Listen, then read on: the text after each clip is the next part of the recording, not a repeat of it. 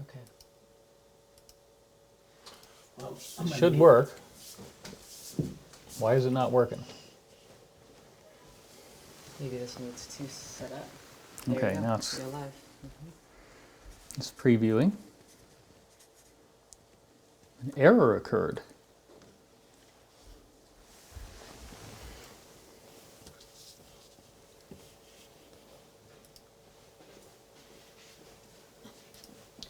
This pandemic was started by Corey Good, Of course it was. and we have absolute proof from Jay Widener. That might be the hot mic. You never know. That's okay. You blame it on me. All right, there we go. We are live. It's working. Yay!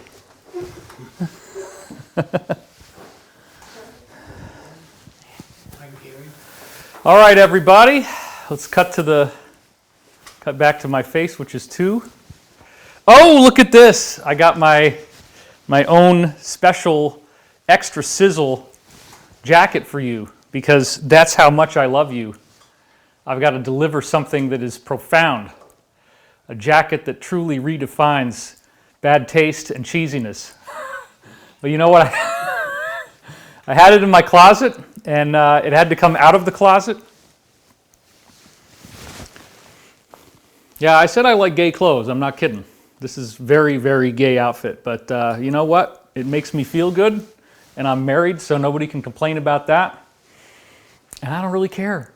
Because you know what? I love this jacket, and I love the way it looks, and I love the way it feels, and it's makes me feel important, you know? So we're just going to go with it. Hope you guys are having a good day, because I'm having a great day. A lot of good stuff going on right now. We are kicking ass and taking names. The cabal is on its last legs, and this is a very exciting time to be alive. And there's a lot of cool stuff happening in the world today. So I appreciate you guys being here. I appreciate you joining this show. And just to give you a little background on me, in case you don't already know that. Uh-oh, now he's going to go and talk about himself. New York Times bestselling author. Yeah, we got lower thirds that she can fire off to show you that. They're very flashy and fancy and nice. Remember how to do that? Okay, you just got to click on it and awesome. My wife is running the slides today, and she's going to do a great job. I have no lack of faith in that. So, yeah, I wrote some books, and and Danny Brinkley's my director. He's back there as well. So We're in the peanut gallery. we have a lot of things to offer. Let's see how the hair's looking. Yeah, it looks pretty California. You know, this is a guy who lives in California. He's out there getting sunshine, enjoying the pandemic as much as possible.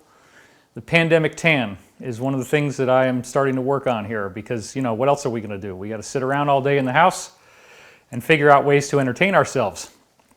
So, in the midst of all this, I have been pursuing justice for the planet and for humanity going all the way back to 2007 when I first went public with an article called The Great Revealing, discussing this idea of the cabal, and what are they? The so-called Illuminati. Ooh, scary. Well, I found out about this stuff from a college class, as I've said in these other shows. It was my grade in the class to be able to say things like how the Western Wall Street corporations financed and supported Hitler. On multiple levels, the entire Wehrmacht was a product of Western technology, financing, logistics, etc. Well, wait a minute. That means that we were fighting against ourselves. Well, they have a philosophy in this secret group called Order Out of Chaos, or Ordo Ab Chao. And what they try to do is they try to finance both sides of a conflict so that regardless of which one wins, they get more power and more control. So you can imagine how upsetting it was being a college student and being graded on this stuff. And I've showed you the books I have sitting around here of those texts from Charles Higham and Anthony Sutton, which my professors obviously had studied. So now they told me in the 1990s, you know, well, if you understand this, you could make a lot of money on it. There is a way for that to happen. So I'm not saying that I ever took advantage of that, but the possibility exists for others to do so. Why are we doing this broadcast? My director, Danny and Brinkley, has just asked me that question. I don't know. I'm just bored, and I just wanted to talk, and my ego needs feeding, so that's all it is. Well, yeah, we're going to...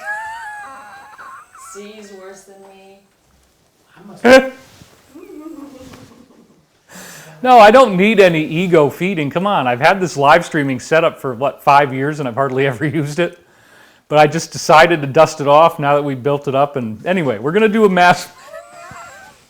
It's nice that all these different voices get to contribute to how I do my show, and that's totally cool. So we're doing a meditation today because, first of all, let's go to the first slide.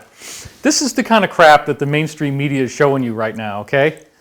This is New York Intelligencer, and it was, I hate that when they don't even give you the date. They just say, 10:54 a.m., because it's like so intense that we don't even want to tell you what day it is because you saw it today. This is fresh. Well, this just came out a couple days ago, and they're saying, we're probably only 1/10 of the way through this pandemic. Well, wait a minute. Now, let's just do the numbers here, right? 1/10 of the way through, 2 months that we've been in shutdown, more or less, right? It's like mid-March. Now it's 1 month, I guess, right? So it's mid-March to mid-April. So 1/10 of the way through, they're talking about not opening society until next year. And that's a ridiculous... It's just, if you guys have seen the previous shows, and again, at a certain point, I can't repeat everything that I've already been saying, because then it's just the same show over and over again.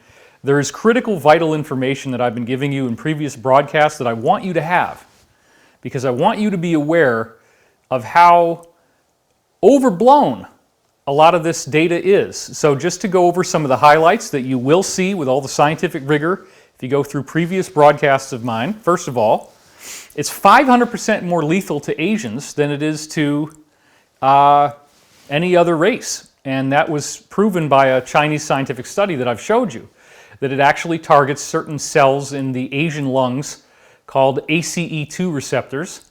This coronavirus is apparently very comfortable with those, more than in any other type of lung tissue, and it happens to be 500% more likely in Asians and 80% more likely in Asian men.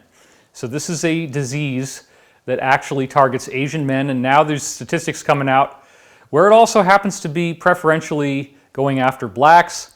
There are questions about why that is. Of course, everyone wants to blame black people for things like lifestyle, sugar consumption, diabetes. That's racism, man. That's not cool, and I don't believe it. I don't think it's true. I actually do think that when all of this shakes down, that you're going to find out that there is some type of bioweapon here, that it is targeting Asians and blacks, and that it is done so by design. That is my opinion. That is not a fact. That is an opinion. Okay? So, apart from those statistics, we also had some very fascinating stuff.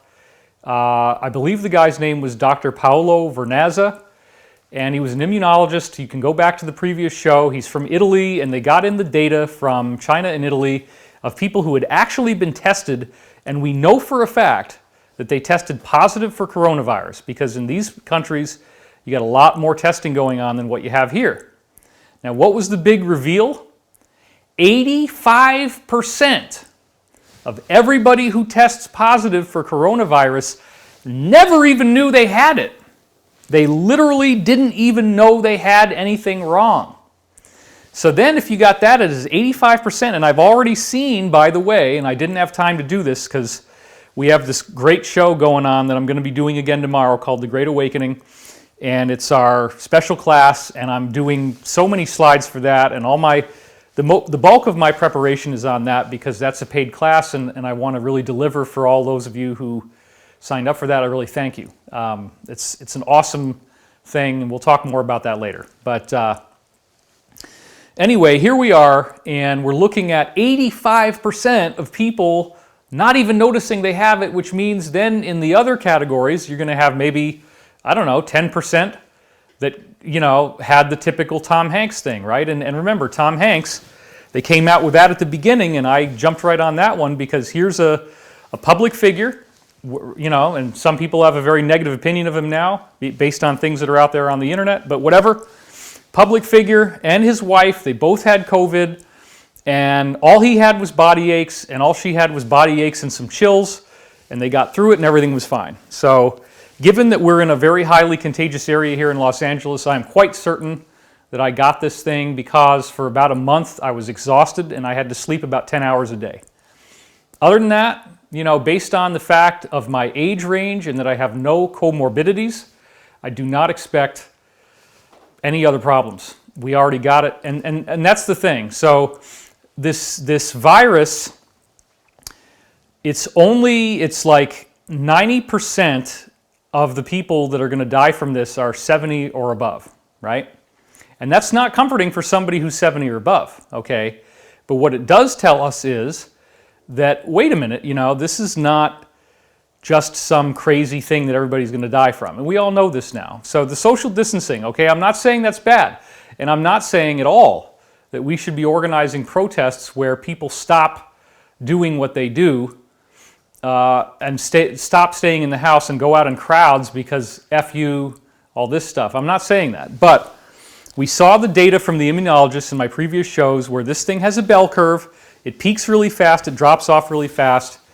We remember the Nobel Prize winning guy, Mark Levitt, who actually won the Nobel Prize for chemistry in 2013. I called him the Jimi Hendrix of immunologists, and I said, here he is explaining to us, hey, look, everybody, this is a media-induced panic, so you don't have to take my word for it. I'm not giving you fake news. I'm reporting on one of the top immunologists in the world. And what is he actually saying? He's saying, hey, look, you guys, the media is making this a lot worse. And the consequences of us staying inside for this long and what's happening to the global economy are a lot worse. So guess what? I showed you back from 2000 the Illuminati whistleblower Savali, where she actually had quotes that were, oh, yeah, I'll follow the rabbit. I'm sorry. Okay, so yeah, we can direct me and get me around on cameras, and then you get to see more of this amazing jacket, which I know is the only reason really why you're here. The jacket pretty much holds your attention. All the rest is just kind of, we just put content in. It doesn't really matter what it is. It's just about the jacket. So.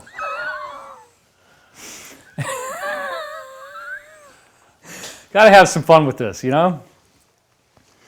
So anyway, I'm really excited about the fact that the wheels are falling off of this thing. People are awakening to the truth, and it's really not that bad, right? I mean, if you're in America and you actually paid your taxes, you're getting checks from the government. My brother's already gotten his. They wire transfer it right into your account, $1,200. Now there's a bill for it to be $2,000. I did get intel from Pete Peterson going all the way back to 2009, saying that they were going to be giving people money as we go through this defeat of the cabal. I probably should not leak the number that I heard, but what the heck. It was $10,000 was what I was hearing that they were going to give everybody for every American who was an adult at least, I guess, and I don't know what the thing was with kids, but $10,000 was what I was hearing. But that was 11 years ago, and so now they're actually saying, for as long as this thing lasts, we're going to keep that number, you're going to get paid, right? So it's actually, okay, look, if you're not over 70, okay, and then the other key buzzword that somebody like Dr. Oz uses really fast, okay, I had to slow him down to listen to what he was saying when the QAnon linked to it, okay. Comorbidities are a big deal, right? So if you already have some kind of pre-existing health condition that's dangerous, then you're at greater risk of this thing being something negative for you. But if you don't have comorbidities, and you're under 70, the chances are very likely that if you got it, you wouldn't even know. And so again, I long for the elixir of sanity to be drunk in the media, but it's just not there. And so you've got to look at this thing pragmatically and say, how in the world did they pull off this global magic trick to get everybody so freaking scared about a virus that targets Asians 500% more and Asian males 80% more than females, okay? Targeting blacks, that's really disturbing, okay? And then you're trying to tell me that this whole thing is so scary that we got to kill the world to save these people. We got to kill the world. We got to kill everybody off. And oh my God, the deaths, the deaths, the deaths. Okay, but wait a minute, right? If we leave society shut down the way it is now, you have all of these people who theoretically, and I'm going to underline that for just what I'm going to say in a minute, theoretically, they're out of business. Theoretically, there's no coming back. So imagine being in a house fire. Thankfully, in this lifetime, I've never had it happen to a house I actually lived in. But imagine your house is burning down, right? And you're standing there outside the house, and flames are billowing out of the house, right? And you don't know what the heck is going on, except that your frickin' house is burning down. And, okay, well, there's this thing called American Red Cross, and they come and they give you some blankets, and then they give you this place that you can stay because your house is all smoky and watery because they dump water on it and everything. Whatever the smoke and the fire doesn't do, the water pretty much kills everything else. So your house burns down, you're done. You know, like whatever you had in the house, pretty much toast. So imagine what it's like as a global experience for everybody to be watching their house burn down at the same time. We've never had anything like that before. That's what's happening.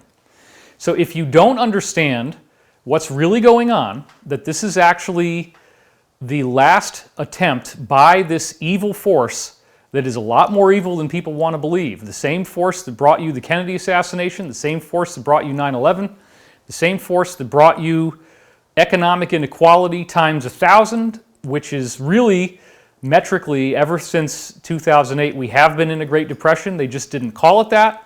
But I didn't realize why the media was holding back on that word until now. Now they want to call this a depression because it's actually worse than everything that we've had up until then, even though wages have plummeted, unemployment has been an issue, and of course a lot of people are just living at home.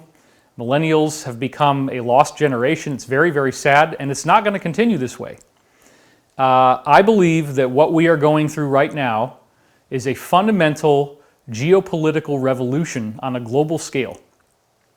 And the aftermath of this is incredibly, incredibly exciting because it leads to a realignment of the political power structure on Earth that is far more in favor of the people and far less beneficial to the typical fat cats who have up until now reigned supreme over our discourse. They define the conversation, they own the press, they own the media, and they are not working on our best interest. And so it is a very important point to underline that since 2009, I was given briefings from very high-level military intelligence contacts, of which that network I'm still working with, by the way. Pete Peterson had a whole network of people. It wasn't just him. And I got plugged into that network. And so I can still get briefings sometimes, although they've really dried up because of this police action that's going on. And I've been reporting this to you. I've been telling you since 2009 that you were going to need to stay home, that there would be something like martial law in America, that you'd need to, or you would want to stay home, and that you needed to have food and water in the house to make your life easier. And now here we are. So then, of course, we were talking about the idea that there's a police action going on. Let's see if we can pop over to that one. We've been talking about the fact that there's a police action going on in the world and that there is this arrest of the cabal underway, but how do you accomplish something of such incredible magnitude? How does the deep state arrest itself, right? How do you take this entity that has penetrated its way into our society to such a degree that the top 151 corporations actually earn 80% of all the money in the world? That was the Swiss Federal Institute of Technology study from Dr. James Glatfelder, right? That we have this incredibly vast amount of information coming our way showing to us that the global financial system is rigged. We had this thing called the Libor Scandal, which is London interbank originating rate, and it basically proved that these corporations that are supposedly in competition with each other, these mega banks, are actually rigging their credit scores to appear more creditworthy than they are. Well, that's called fraud, and that's a very basic thing that we don't want in our society. So, oh, we got another note now. We're trying to balance the concert. Yes, that's definitely coming up. So I'm laying a little groundwork, but okay, what the heck? We'll jump right to that if you want.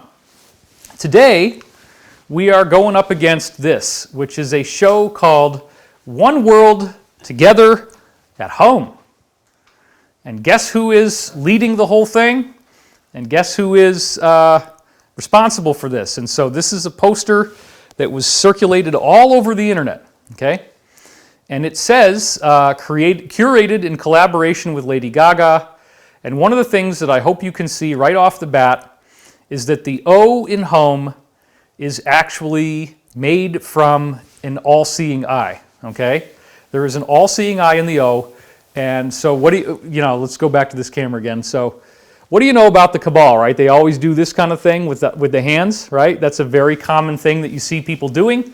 And then in the logo that you see here on the slide, once again, you can see that the two hands are actually making a kind of like that symbol. I mean, yeah, it's different because they're making the shape of the house. Okay, fine. But then if you look right over to Lady Gaga, you got the same red dot, and it's in the middle of her forehead, which symbolizes the all-seeing eye. And then there's the two lines, the two red lines, which it's upside down, yeah. But if you flip that sucker upside down, you've got the all-seeing eye. You've got the pyramid all-seeing eye symbol, okay? And then, to make it even more fun, okay, look at the poster again here and notice that there it is, World Health Organization, right? So, oh, the World Health Organization is spotting this. Well, that's good because any organization that's for the world and has to do with health, it must be great, right? Well, you know, when you start to learn about the cabal, you find out that a lot of this stuff is Orwellian. And just because something says it's for world health, it might actually be just the opposite.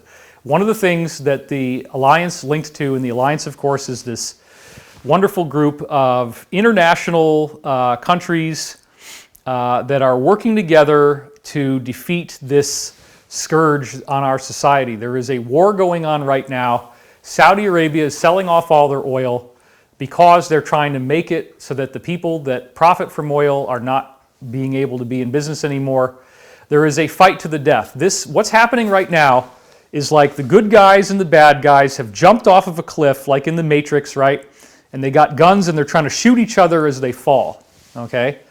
It is, in a way, it's like a leap. We've leaped off the cliff on a global level. So let's just take another look at this thing, the one world together at home, okay? First of all, anything that says one world, the only word missing is one world order. We've heard them talk about they want to have a one world order, a new world order for a long time.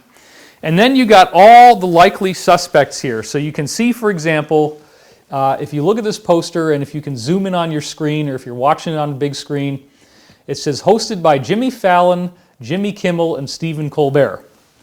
Well, there you go. And I hate to diss anybody really, but there's been a lot of stuff that these guys have been doing as the big media talking heads for late night television on the major cable, well, no, they're broadcast networks. They're the original networks that used to be able to tune in on your rabbit ear television, right?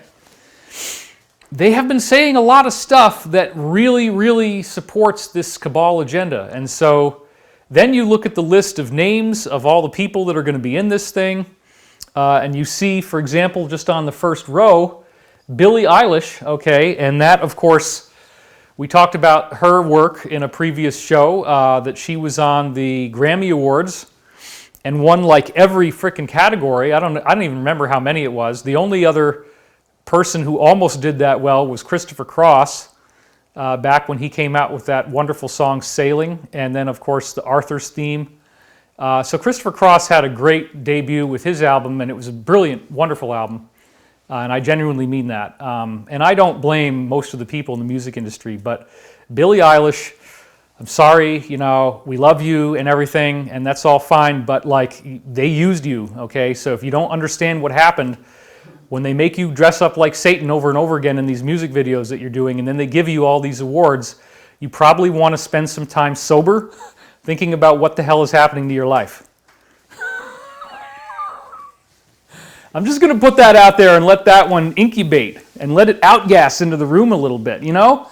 Billy, if they're putting black eyes on you, if your eyes are totally black and you got demonic wings and your face is, it's like you're probably being used. Okay? Possessed. It's very, very disturbing stuff. And then, of course, what else did they do? They lit up the day for the Grammy Awards by having a sacrifice, which is what I think happened to Kobe Bryant. Because his helicopter pilot had done that thing 100 times, and we were talking about this. They have altimeters in them, and it tells you how far you are from the ground automatically by computer, okay? So you can fly in the fog, because the thing is going to look through the fog with radar and tell you where the ground is. And then the actual data from the black box shows that this helicopter went into free fall. So it actually was falling at free fall speed. It had nothing to do with crashing against the ground because he couldn't see where he was going. He was shot down. And then they had this predictive programming where in at least 3 examples, there was a Nike commercial, there was the Chamberlain Heights television show, and then there was also this very strange thing where he was in a commercial with a little kid in a peanut costume, and he's driving the car, and they keep almost crashing the car. And then during the Super Bowl, they were going to have this weird, the death of Mr. Peanut. After however many 100 years, Mr. Peanut is dead. And they had this scene of him in the commercial where he's clinging to this branch, and there's other guys, and he saves their life by letting go, and he falls to his death. Well, again, Mr. Peanut, and then you got Kobe Bryant, and then the Mr. Peanut eyeglass is what they were using, and it looks like a Q. Q, of course, is a reference to the president because the QAnon thing is what the alliance I heard about in 2009 morphed into. It became this. So, okay, check out this poster again, and let's just zoom in on a little bit more. They are putting it right in your face here. You got the 2 hands. They're making that symbol. They've got the all-seeing eye in the middle, which you saw on Lady Gaga's forehead, just to underline the point. And then they also got the O in global, which is highlighted. And notice, too, that they actually did offset that O a little bit. It's a little bit wonky. And then notice, of course, what do you have in the middle of the World Health Organization symbol? A reptilian, a nice little snake, which, of course, is supposed to be, the symbol of the Hippocratic Oath. But anyway, at the last minute, who did they add in but the Rolling Stones? And I guess they're going to be beaming in from home, but look, you guys, my father is a gigantic Rolling Stones fan, and I guess this will probably eliminate the likelihood that he's ever going to get to meet Mick or Keith. But if you guys come out with an album called Their Satanic Majesty's Request, and yet another album called Goat's Head Soup, yeah, those things happened. And then what was their big hit? Sympathy for the Devil, where they're taking the devil's perspective in the song, and they're explaining that his name is Lucifer, and I'm in need of some restraint, right? Just call me Lucifer, I'm in need of some restraint. So, yeah, there's something strange going on because the Rolling Stones were brought on to a show in England, which is how everybody fell in love with them. It was called Top of the Pops, and the host of that show is Jimmy Savile, who is the most notorious pedophile in history. Okay, he had like 38 children's hospitals, and there's reports that came in from some of those hospitals of ceremonies being done there that involved candles and robes and people literally chanting Ave Satanas, which means Hail Satan. So that's true. Okay, I'm sorry that this is upsetting content, but I believe in sobriety. I believe in emotional sobriety, and you're not going to solve the problem by acting like nothing's going on. You're not going to solve the problem by being an ostrich. You got to look at stuff that's upsetting. We laugh about it. We have some fun about it. And so why not? People started sending me this stuff, and they said, David, this one world together at home thing, one world, right? It's probably the very last time that they will be able to do something like this. Now, I am not saying that everybody in there is guilty of anything. In fact, the majority of the people that are performing in this thing are good people, and they're fine, okay? All we're going to be looking for, you guys, is making sure that you don't step out of line and start trying to show us Illuminati symbols like what they were doing at the Grammys, multiple images of cities on fire. Now think about this realistically for a second. Let's just say that people suspected something was foul play with Kobe Bryant, right? Because they knocked off another black celebrity right before the Grammys before. And this was Whitney Houston. She was in her hotel room before the Grammys, and they find her face down dead in her bathtub. And then there was this strange commercial that they were airing through Pepsi Cola that had Elton John as the king, and I'm not saying Elton had anything to do with this. I don't believe he did. Elton is a very, very talented musician. I love his music, and that's just completely true. He's one of the most fantastic songwriters of the 20th century, in my opinion. So anyway, this commercial features somebody who obviously is supposed to be a replica of Whitney Houston. She's got a big butterfly on her forehead, which is a symbol of monarch mind control programming. And the king actually has a jester who comes out, and he can't sing. And then he pulls this lever, and the jester falls through the floor into a trap door down there. And then this other woman comes out, not the Whitney Houston character, but another one who obviously represents Mariah Carey. And she sings really well, and she impresses the king. So the background chatter that we had on that was that Whitney Houston no longer could sing. You could see that in her other videos. She had ruined her voice due to things like crack cocaine and alcohol addiction. And as a result of that, they felt that she was going to bomb at the performance. And apparently they assassinated her by having an operative go in there and drown her in her own bathtub to create a sacrifice. And so you have to understand that when they do these music ceremonies, they consider that to be a ritual, okay? And so a lot of times you will see symbolism in these shows that they believe is a religious sacrament.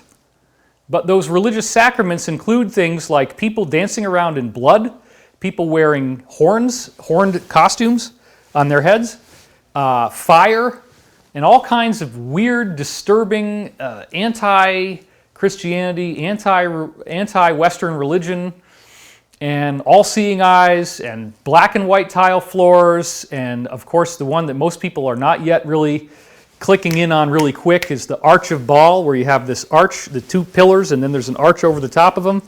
Man, they do that stuff so much. And so, you know what, you guys? We started doing our Saturday meditations for world peace, and all of a sudden you guys belt out with this Saturday thing, and you're probably going to try to work in some of your symbols into this. And so what we're going to do here, before I'm done, is we're going to do a meditation to create some light strength to try to steer this thing back on course, so that just in case these usual suspects actually do the same crap they've done so many other times, and they start showing you really weird, disturbing imagery, and they start trying to steer us towards one world, right? One of the briefings I got from an insider that we call Bruce was that they wanted to the cabal wanted to deindustrialize the West. And what does that mean? That means, why, when we saw the little girl who got so angry, Greta Thunberg, I can't stand what we're doing to the environment, it's just driving me. Okay, and that's cool, but is there something else going on that she doesn't know? She's a little girl, okay? Why did Hillary Clinton and Obama and all these people say, go Greta, go, go get them?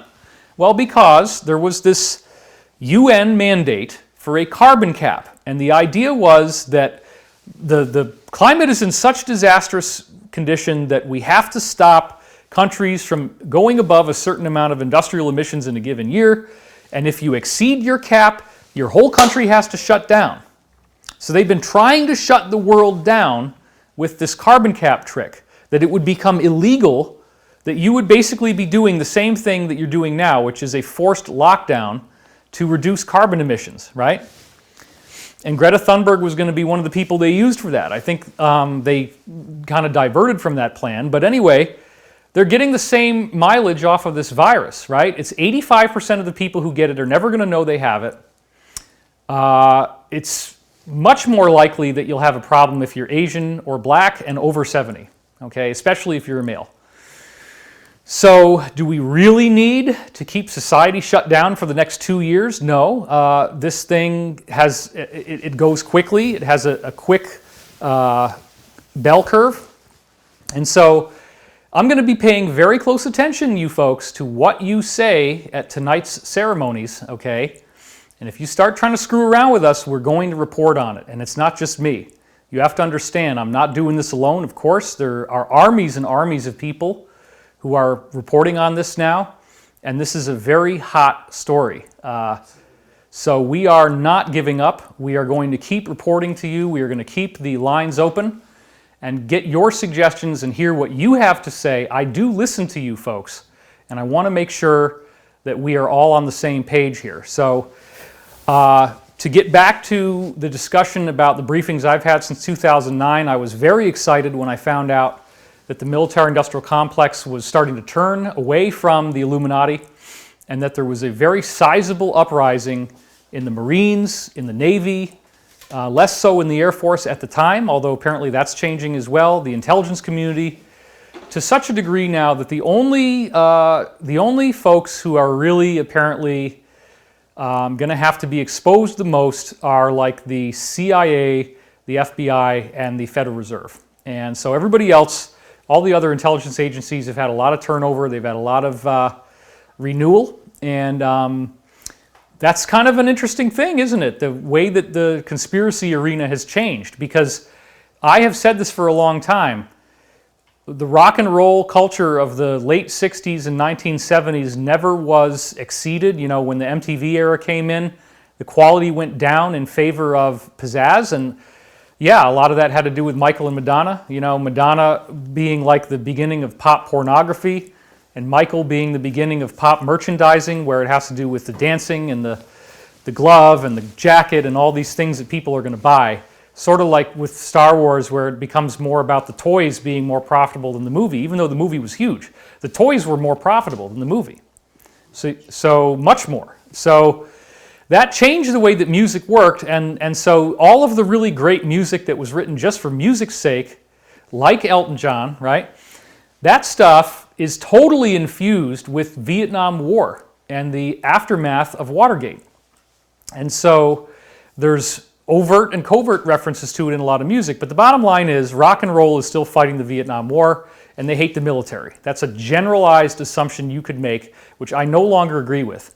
I was raised in a rock and roll royalty family, okay? My father took me backstage. I met almost all of the big hair metal bands of the 1980s, a whole bunch of famous acts. I was backstage almost every month of my life as a kid.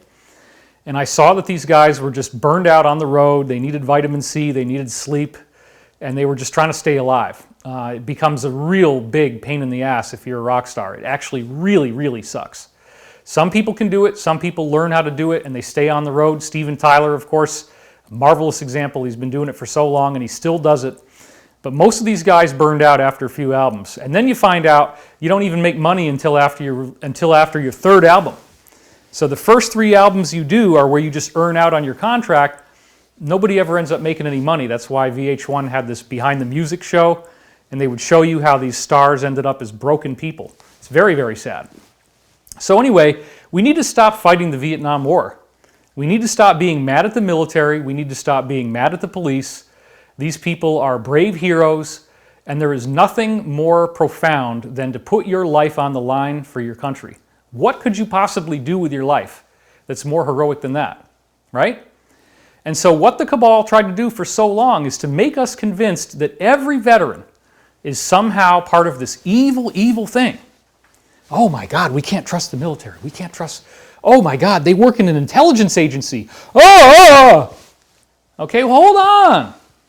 These are real people. They all have free will. They all have thoughts. They go and they read stuff online just like you do. They watch videos like this. And they deserve to be honorable. They deserve to have an honorable career. They deserve for their sacrifice to mean something. And I'm really serious about this. My father was in Vietnam during Woodstock, reporting to the troops at Long Binh, which was the largest military base for the Army in Vietnam. And he was the guy that had to take the stuff from the AP wire and type it up for the soldiers. If he got the name of a dead soldier wrong, he was on KP, Kitchen Patrol, peeling potatoes all night. You know, so he made sure he didn't make a mistake. And he was the only way that those soldiers figured out what the heck was going on with Vietnam. And he had to be very careful in what he was writing. But over 10,000 people were reading that newspaper that my father was making during Woodstock in Vietnam. Okay, so I feel qualified to say, okay, everybody, Vietnam era, Woodstock era, rock and roll era, we got to stop beating up the military. We have to. It's very important because the military is going to save our ass. The military is saving our ass. They've been saving our ass. They're fighting and dying for freedom. And the real battle for freedom is fought out in the open right now, and it's an informational battle in which everything that you're seeing in the news and in the media is leading towards an inexorable conclusion, which is, oh my God, we just got to stay home forever. Well, think about what's happening right now. Think about the exact time that we're in and how I've been reporting for years now on the fact that the Alliance is this military intelligence community international group. This goes way beyond the Trump administration, okay? And they're closing in on the bad guys. But how do you stop something that controls the media, controls many governments, controls many aspects of military and paramilitary forces, controls the financial system, controls the banks? And they're controlling both sides of the war. So if you look at either side of the most charged political disputes, they have their teeth in both. So communism, right? What was the whole Soviet Union thing? Everybody's going to get the same amount of money and just do your job and don't complain about it. And then all the rest of the money flows right up to the top. Well, they're trying to create something like that right now. And there's this whole crazy battle going on. And it's not even behind the scenes. You have this current presidential administration, which is an alliance administration. I've been saying this all along. Does that mean that I support all the things that the President of the United States says or does? Absolutely not. But the only difference between me and you, perhaps, depending on where you stand on this, is that I know some things that you might not know. I've sat in front of people. I've looked them in the eye. I've had conversations with people who you haven't met. And you haven't met them because they're not public, okay? You sit down, you look them in the eye, you see the fear in their eyes, and you see the resolve in their eyes. The fact that we have to do this to save the planet. There's no other way. If we don't do this, if the military and intelligence community did not form the alliance and do this, we are screwed. We are totally screwed. And I'm sorry, but these people, the cabal people, they're too good at what they do. You could never have a civilian online uprising. They're shadow banning, they're deleting content, they're looking for keywords, they're controlling the narrative. You can't talk about the president in a friendly way on social media. They will ban you. They literally will not allow you to talk about him in a favorable way. So do you think maybe that's an indication of bias? Yes. Do you think there's a reason for why Larry Page and Sergey Brin, the two CEOs of Google, spontaneously resigned in December last year? Yes. Because ever since October 2017, there's been this thing online called QAnon. And if you haven't followed this, then I really hope you can go to certain websites, and people have asked me, how do you look for this stuff? So I'll make it very clear. QMAP.pub, QMAP.pub is one example, and then the other one is QAnon, QANON.pub. And the difference between the two really is that QAnon.pub is easier to look at on a regular laptop. It doesn't work very well on a smartphone. QMAP is a dark background, black background, and it's easier to load on a smartphone. And the other cool thing about it is that it has headlines. So whoever is doing this site is taking the content of each post, or each drop as they call it, and they put it up there as a headline which explains what you're going to learn. So I have to say, and I'm not in any way bragging here, please don't understand this, it was a difficult thing for me to be the only guy who was getting briefings from the Alliance. Really, I mean, there were a few others. I would say Veterans Today did a pretty great job. Benjamin Fulford said some pretty wild stuff, but he also, he was right more than twice a day like a broken clock, and that starts to catch my attention. If you're getting other things that you're saying that I'm hearing independently, and then this guy comes out with it online, that's pretty cool. And he was the former East-West bureau chief for Forbes magazine. So he got into some very high-level circles, and they tried to recruit him into a genocidal agenda, and he broke free as of about 2006 or 7. And I started to see the idea that there was an alliance back then. I was looking for this thing because I'd been tipped off about it in intuitive readings that I'd been getting since 1996, actually. So we don't want there to be any success for these agendas, because if you really want to know what's going down, the ultimate agenda is that everybody has a microchip, okay? The trick about the microchip is that it electrically shocks you if you disobey. So you will be brought to your knees with vomit and all of your bodily fluids being released with this electrical shock that this thing can give you, because it can lens in electrical activity that they would beam at you. So believe me, the blueprints for a slave society have been laid. And what are they saying now about this virus, right? They're talking about the fact that your phone is going to listen to you, and if you're coughing, you get on the red list, literally. And the red list, they don't call it that, but that's what we heard it was called in the past. The red list, who knows what they're going to do. But like, for example, if your phone hears that you're coughing, you're a coronavirus carrier, and then everybody else who comes within 6 feet of you goes on the red list as well. And they can use this to do things like erode your freedoms, take away your civil liberties, and quarantine, right, to keep this thing going indefinitely. It's really, really screwed up. And you have to understand too, just to really blow your mind even more, there are evil aliens, okay? There's evil extraterrestrials out there, and good ones. And the evil ones do apparently have a reptilian appearance, which means their eyes have vertical slit pupils. The iris area, if you want to call it that, the background is going to be kind of yellow or golden, or in some cases red, but they have big black vertical slit pupils, pointy sharp teeth, scales on their face, clawed hands, clawed feet, and we have multiple credible whistleblowers who have heard about this, or in some cases seen them, interacted with them. They are extremely nasty entities, and in a sense, what you're really looking at here is a biblical struggle between satanic demons and actual angelic extraterrestrial humans that look, in that case, they could be Asian looking, they could be black looking, they could be Caucasian. All the different races are represented in the benevolent ETs, but those types tend to look a lot more like us. Maybe not exactly the same, but very similar. And believe it or not, that's 95% of all the ETs that are out there visiting us. Only a very small number of them are evil, but both sides have rules that they have to follow. The evil ones and the good ones actually operate the same way in one respect, which is that it's a proxy war. They have to fight their war with each other through individuals that they influence. So the negative side will find those who are receptive to their messages, meaning those who seek power and domination of the planet and money at all costs. And they're willing to do anything for that. They're willing to do human sacrifice, blood drinking, pedophilia, all this crazy stuff. They're willing to do it, and apparently these negative entities feed on that energy, which they call loosh. So loosh is this life force that people give off when they're in terror, when they're in fear, when they're angry, and just like if your dog leaves a dog do out there and you don't bag it up, that there's little guys that are going to come out of the soil that think that's the most delicious banquet feast you've ever had.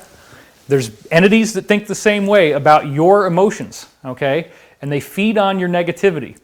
And we heard about how these Draco reptilians, multiple insiders have told us this, that they will create an elite on Earth.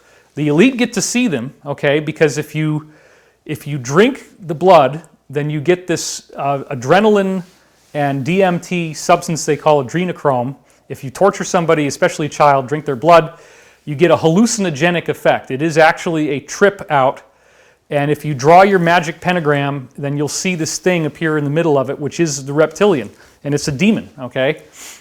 The crazy thing that some people actually try to do is to bid and contract these entities. You have to follow a very exacting protocol of how to do it. It's like dialing up an IP address. If you're one number off, you die, okay? But there's people that are willing to try this, to get these entities to do stuff for them. The entities want something in return, so they get us to create a fear factory here on Earth. They want everybody afraid, And when they can create a war, they will have their ships cloaked and they will literally soak up the loosh from the battlefield.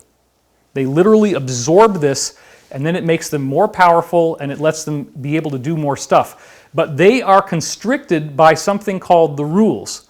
And the rules are a spiritual requirement they cannot get around, which is that anything that they want to do to us as a planet, they have to advertise it first. They have to tell us what they're going to do. They have to put it right out there in the open. They have to be boldly self-disclosing. Now, they can do it in a movie, they can do it through fantasy, they can do it through a play or a television series or a video game or an awards ceremony or a concert, okay?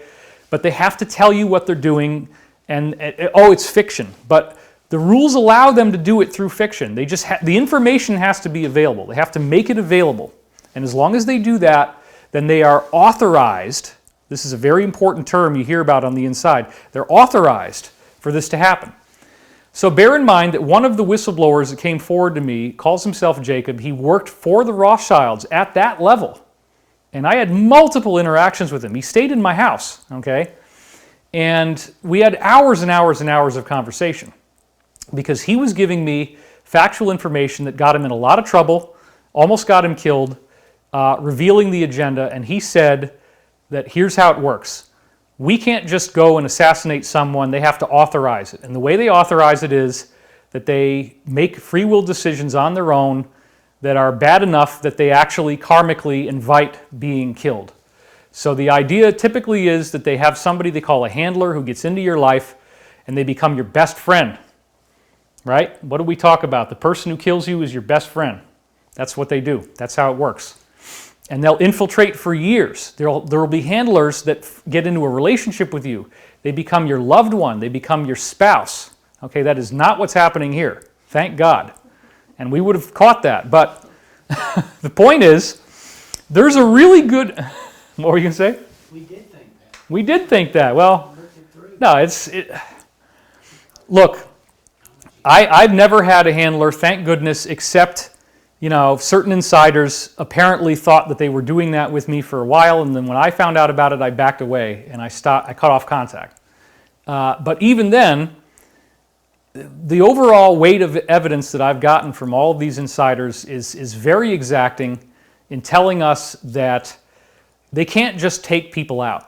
They have to get you to wear down your ethics and your morality to the point where you start making decisions that really screw people over.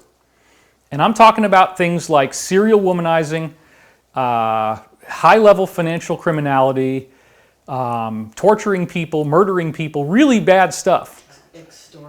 Extortion, blackmail, child trafficking, all that kind of stuff will authorize, if you become a pedo, okay? I don't care what the hell they tell you on the inside. I don't care what the hell kind of drug cocktail they gave you that made it seem like this was sexy, or a kid who knows what he's doing or she's doing and acts like this is cool and she's a little Disney cartoon character that gets you off. That is sick, okay? And people should not be doing this, okay? There is no excuse for it. There is no excuse for this. You cannot write it off as a preference or a lifestyle choice. If you study the information, it screws people up. They get messed up for life, and they become suicidal, and they become highly aggressive to other people, and it damages them for the rest of their life. And they can get treatment, but they're never going to be cured. So it's a very, very bad thing. You cannot allow this kind of stuff to happen. And so when you get into that aspect of it, the crimes that are being committed, the innocence that has been lost, the robbing of the vitality of our planet, the feeding on our energy as this loosh, that they literally park these spaceships over a battlefield cloaked, and they're absorbing the energy of everybody dying and everybody screaming, and this has to stop. And so that's why what? Yeah, we're counteracting it. This is it. We are becoming the change we want to see in the world. Let's pop over to that one for a little while. That camera's looking kind of lonely. In fact, let's go wide for a second. I'm just going to show you the awesomeness. Go to 4, the next one over. The awesomeness of this jacket. I mean, hello, $135, dude, at a place called Hollywood Tuxedo. You know, when I had the $135, I was ready to go and take this plunge and make this fashion statement for you today. Probably a lot of other people are going to be wearing stuff like this in the One World Order All-Seeing Eye celebration this evening. So let's hope they don't infuse it with too many crazy things. But if they do, remember now, we have the power of the good guys on our side. Let's go back to this close one here, yeah. We got the good side. And so when we do a meditation first, we can help to create a sac, a cyst, if you will, to take all that pus and make sure that it doesn't come blasting out. A protective bubble of light, yes. Forget about the sack analogy for a minute. I try to have some fun. You know, this is real life, folks. We're just at home and we're chilling out with you, and sometimes we say some stuff, or I say it a different way. We say some whatever, you know, and I'm happy. I'm happy because freedom is coming. We are not alone. This is real. There is a battle for the souls of humanity, and it's being fought now, and it's being fought in healthcare. Danny and Brinkley saw the boxes of knowledge in his original near-death experience, which was in what, 1975? And all the way back in 1975, these beings of light, he finds out you don't die, and there's life everlasting, and when you go up there, you're going to have to see everything that you made other people feel as if you experienced it yourself. And then these beings came up to him, and they gave him these prophetic glimpses of the future, one of which, it's in chapter 5, right? The future of humanity, the battle for the souls of the future of humanity will be fought in healthcare. And we didn't know what that was, but we've been talking about it for a long time, because I mean, I've been on stage with Danny for basically 20 years now, on panels and stuff. And so earlier in our life together, I basically knew him through actual, you know, discussion in front of a huge audience. And so that's a very interesting way to get to know somebody. And we've been talking privately for, I don't know, 15 years at least, off of the stage. So anyway, his prophecies are pointing in this direction, that the battle for the souls of humanity will be fought in healthcare. We've talked about that for so many years, and now look at what's happening. It's happening right now. It is all about healthcare, and this is where the final battleground is. So, the battle is also being fought between good ETs and bad ETs. Now, I talked about the bad ETs for a minute, and I talked about their rules, right? That they have to tell us what they're doing. They have to use the symbols. They have to. There was a book in the British Museum Library of London in the 1800s that actually publicly was open to this page behind glass that said that they want to have 3 world wars to consolidate the powers into a one world order. And the first 2 world wars went exactly the way that they said they would. And the third one they said was going to be involving local groups, you know, basically terrorists, because at that point they didn't think there'd be any major nations left. And it's pretty much played out like that book said. So that's an example of them following the rules. The positive side is not going to necessarily contact governments and world leaders because their vibration, quote unquote, may not be up to snuff. They contact typically private individuals, and they try to inspire those individuals to be able to make a difference in the world. And I have received that contact. It happened back in 1996. It started really in my dreams as of 1992. And I have a new book coming out called Awakening in the Dream that describes all this in great detail. It's very fascinating. I've never really told the story of that part of my life before, but now it's a full-length 500-plus page book, and I am very excited about it. It's coming out on June 2nd. So please, if you haven't already pre-ordered that, do so. It will absolutely blow you away. I guarantee that we're going to see a solid 5-star rating on this, just like with the other ones. And any of the things that people hated on me about in the previous book, some people didn't like the fact that the whole first half was personal. Well, I did away with that. There's information and really cool stuff woven all the way through the book from beginning to ending. It's not just a bunch of sharing, but there are certain personal stories that I weave in and out of throughout the whole manuscript. But just to make a point. Oh, so I just saw that we have 26,721 people watching live right now. Based on the law of one, what they call the doubling effect, where each new person meditating adds an exponential increase to the number of people calling on the positive, This is a much greater number than they can get off of this one world at home concert. Because if they can get people to vote for the negative, we can still outdo them on the positive, thanks to the law of exponents or doubling or whatever the law of one calls it. Yeah, we can explain that a little bit. So in the Law of One series, they talk about something called the law of squares. And there's two different things they call it. They call it the law of doubling and they call it the law of squares. And I like to use the term exponents because to me, as a math geek who, slept my way through school because it didn't do anything for me, but I still got A's anyway, exponents is not a scary word, okay? But it's true. It is really true. If they had actually taught me some stuff I wanted to learn, I would have probably been a great student. But anyway, as I got older, I started to find out all the real stuff. And, with the first book, Source Field, I was told by Pete Peterson and his military insiders, how the heck did David Wilcock rederive all the classified science that nobody knows, it's classified by the military? How did he figure all this out on his own? Well, I was very, very busy. So I worked all through college on UFO research, and I only spent enough time getting my psych degree to get decent grades.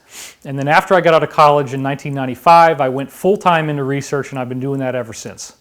Had a few years of really bad, low-paying jobs, and then in 1998, I went self-employed, and I've never had a regular job ever since.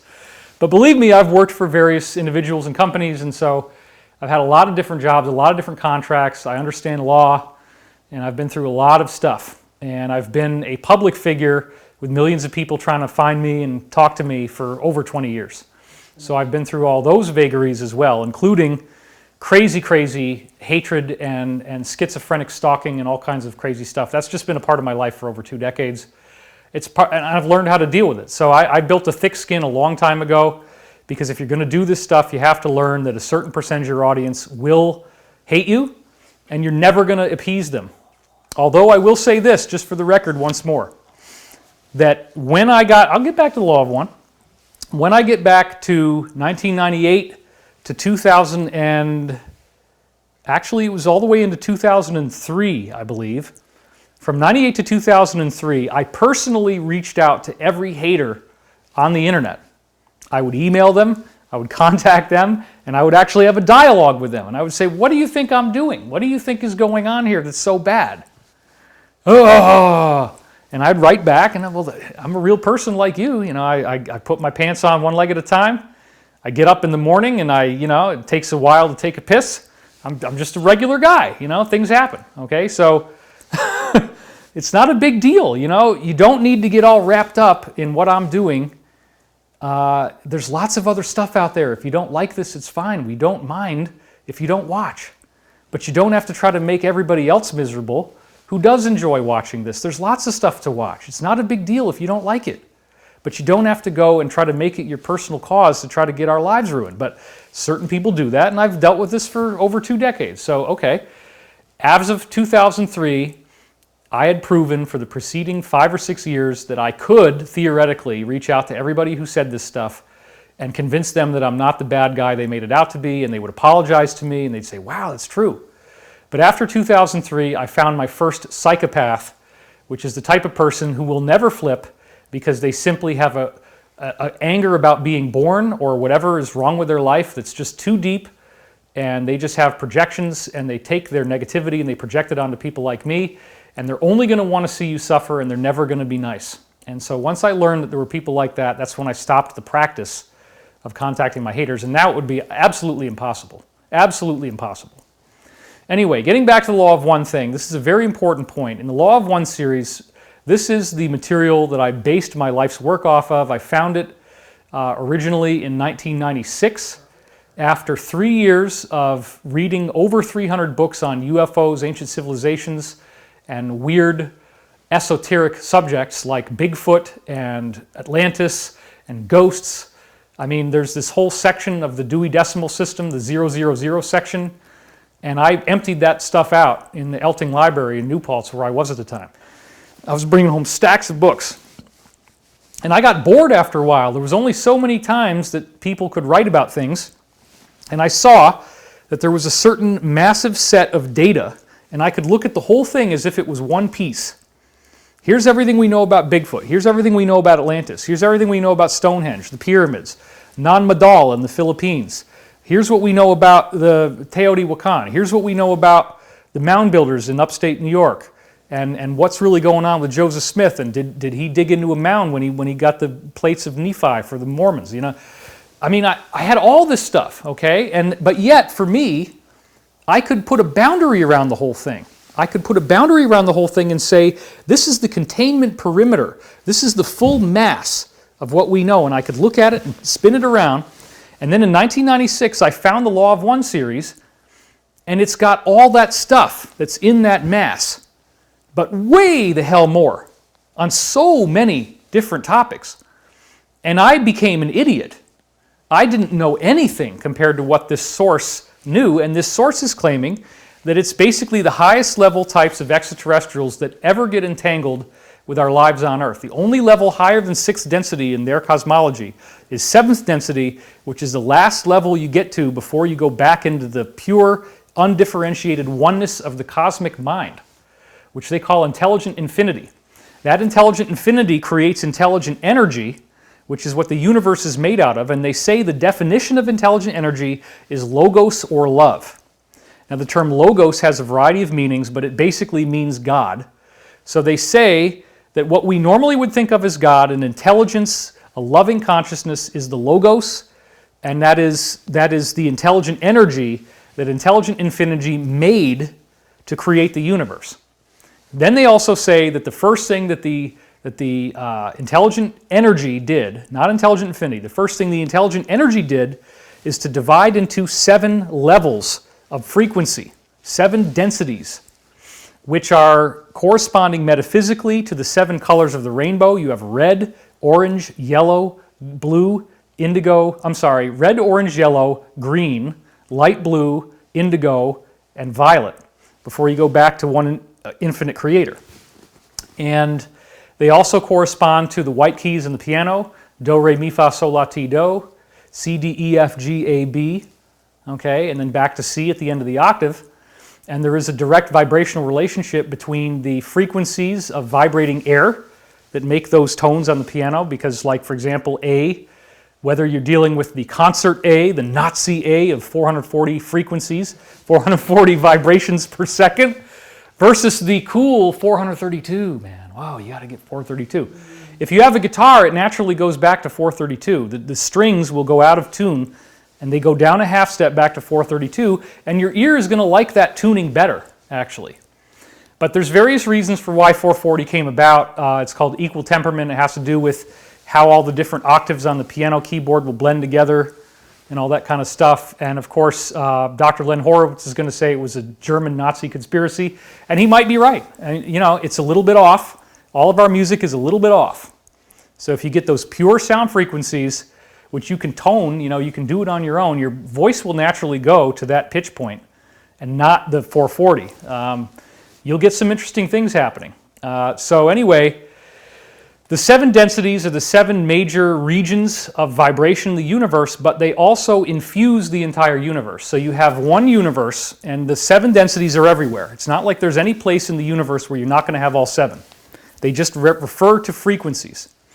But they represent actual lessons. They represent classes, if you will, certain grades that you have to get through to go back into this undifferentiated oneness. And the ultimate lesson is that there is nothing wrong. Everything is cool. The universe is a brilliant, wonderful, loving creation. There is no disharmony. Everything is unified. Everything is one. And this idea of negativity, the Law of One explains that after they created the intelligent infinity creates intelligent energy, which is what we would think of as God. It's an intelligent identity, okay? It creates the 7 densities, and then it creates stars that bud into galaxies, and those become super creators. And they are also perfect holograms of the logos. So in the Law of One system, a galaxy is a logos. A galaxy has an undifferentiated oneness consciousness, but interestingly enough, they also say that the galaxies have their own personality. They have a unique character, okay? The logos has a character. And each individual galaxy designs a slightly different class of how the beings that evolve on the planets, because it has stars, the stars have planets, the planets have beings like you and me. They say 40% of all the beings in the universe on planets are human or human-like. In the Law of One, they actually say that. This is the whole freaking universe, all the billions of galaxies. 40% human, that's pretty good. We got a lot of friends out there, okay? Because there's like 40 billion Earth-like planets just in the Milky Way galaxy alone. That came from NASA's own studies.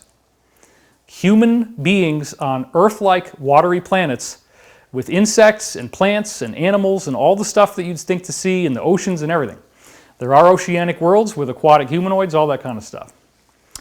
Anyway, we could go on and on with this, but the point is we're in third density right now, and we're going into fourth density, and that's a big deal for us. Okay, so there's 6 density beings that are coming and helping us with this. That's a long ways away for most of us, but a certain number of people are ET souls. And they come in from the 5th density or the 6th density vibration. And for them, this planet is crazy. They don't understand what's going on. They don't understand why people are so manipulative and deceptive and why they lie to each other and how people could backstab you or betray you. They're just good people. And they just want harmony and they want peace, and they don't understand negativity, evil, corruption, competition. And so they're naive and they're easily fooled, and they dwell in fantasy. They want to see a world that's like a Jetsons or Star Trek, Star Wars kind of thing. Well, maybe not Star Wars. That's some pretty bad stuff happens in Star Wars, but let's say Star Trek. Okay, that's probably better. Anyway, here we are moving into fourth density, and this has been the flagship of my work going back to when I first got online and I was writing all my haters back in 1999. Hey, why do you hate me so much? Oh, okay, well, here's the real story, you know. It wasn't until 2007, after I'd cut off all my haters for 4 years, that I decided, you know, I'm going to actually start talking about some really crazy stuff, because unless we solve these negative problems, we're not going to get the ascension. We're not going to get a planet that we're promised in these prophecies, 35 different religions and spiritual traditions all over the world, saying that the world is going to become really freaking awesome. That you're going to be a superhero. You're going to have levitation. You're going to have telekinesis. You're going to be moving stuff with your mind. You're going to be talking to people telepathically. You can bilocate. You can fly through the air. You can teleport yourself where you want to go. You can manifest any object you want out of thin air. And you're fully aware of both sides of the veil. So you're kind of like in the afterlife and in the physical reality at the same time. You can deal with other people's afterlife issues. You can help them transition over to the other side. You are an angel. You become an angel. And you have amazing powers. You have amazing capabilities. And one of the things they talk about in the Law of One is that when you get into fourth density, you use light as a weapon. You physically manufacture light weapons. And so George Lucas was tapping into that knowledge when he had the lightsabers in Star Wars. Because it's a beam of light and they're fighting with it. And so what they tell you in the Law of One is, yes, as you folks become fourth density activated beings, you're going to have to use light as a weapon to fight off against these negative beings that you're going to be defending the planet from. Because what the Law of One actually says is that planet Earth no longer has negative people living on it. In other words, the Earth shifts into a frequency or a density in which only positive people live on the planet. You literally cannot be here. You will not be able to be here. The energy will not allow you to be alive on this planet if you don't have that positive focus. Now, everybody in the middle is rescued, as I've said so many times, and brought to another third density world that's still in third density, but the planet itself, Earth, goes through a new birth. And it becomes something new, and only the people that are on that fourth density positive timeline, where you're literally like what we think of Jesus as being, that's the way everybody is. They call it in the Law of One 100 times more harmonious than life on Earth now, even in its best day. 100 times happier, 100 times more fun, 100 times more sexy, 100 times more beautiful, 100 times more exciting, and it's just a great thing to have. But how do we get there? We have negativity that's allowed to exist. Positive spiritual beings have to allow the negativity to exist just enough to awaken us to what's really going on. Now, they will stop, the positive beings will stop the negative from going over the line. So they can't, for example, destroy the planet in a nuclear holocaust. Anytime they've tried to do that, it's been blocked. And I've talked about this many, many occasions. Any type of destructive, massive world war that would cause great loss of life, like a World War III, they did allow World Wars I and II, but they're not allowing World War III on that level. So this pandemic thing, okay, yes, based on the law of one system, these beings that they would call guardians and watchers, and those are actually two different things. I talk about this in the class coming up. Guardians and watchers are allowing this pandemic to occur. And again, the reason why is ultimately that it's going to give us a lot more enlightenment that we've gone through this, because everybody's waking up to, hey, you know what? Why are these doctors being told to write off every death as a COVID-19 death? Doesn't matter what the hell somebody dies from. You got to write it down as a COVID death, COVID death, COVID death. Well, because they need to get the numbers up, right? Because now the estimated total number of people who are going to die in America, this is from Dr. Anthony Fauci himself, the chief immunologist for the White House, is saying, now it's down to 62,000.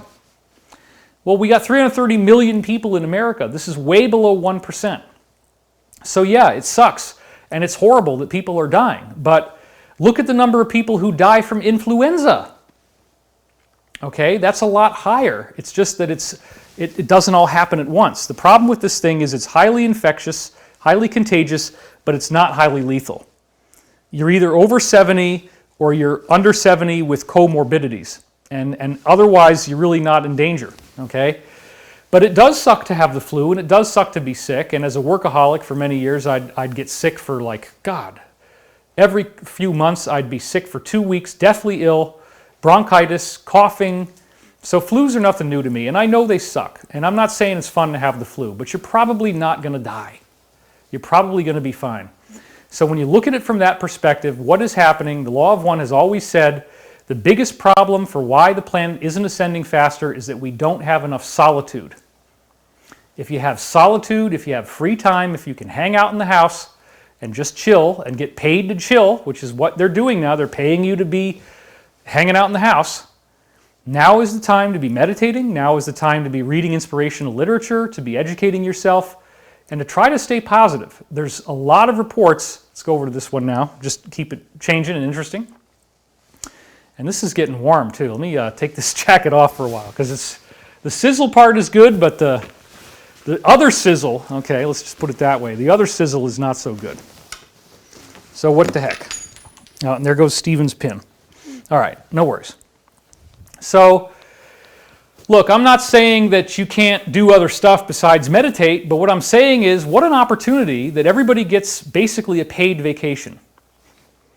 And yet, it's the only way that the cabal can try to hold on to power, because what's happening is the alliance is closing in on them and they're about to be arrested.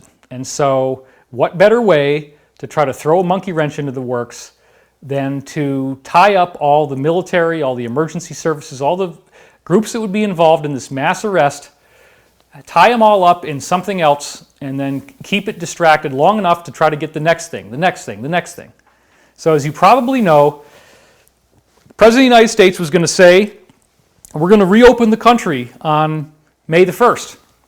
And then before he could actually say that, this alliance of northeastern states, led by New York Governor Cuomo, who very likely is going to end up in this presidential thing somehow. We've been talking about this, whether he's going to be the Democratic nominee for president or whether he's going to be the vice presidential candidate or something. It sure looks funny. Okay, let's just put it that way.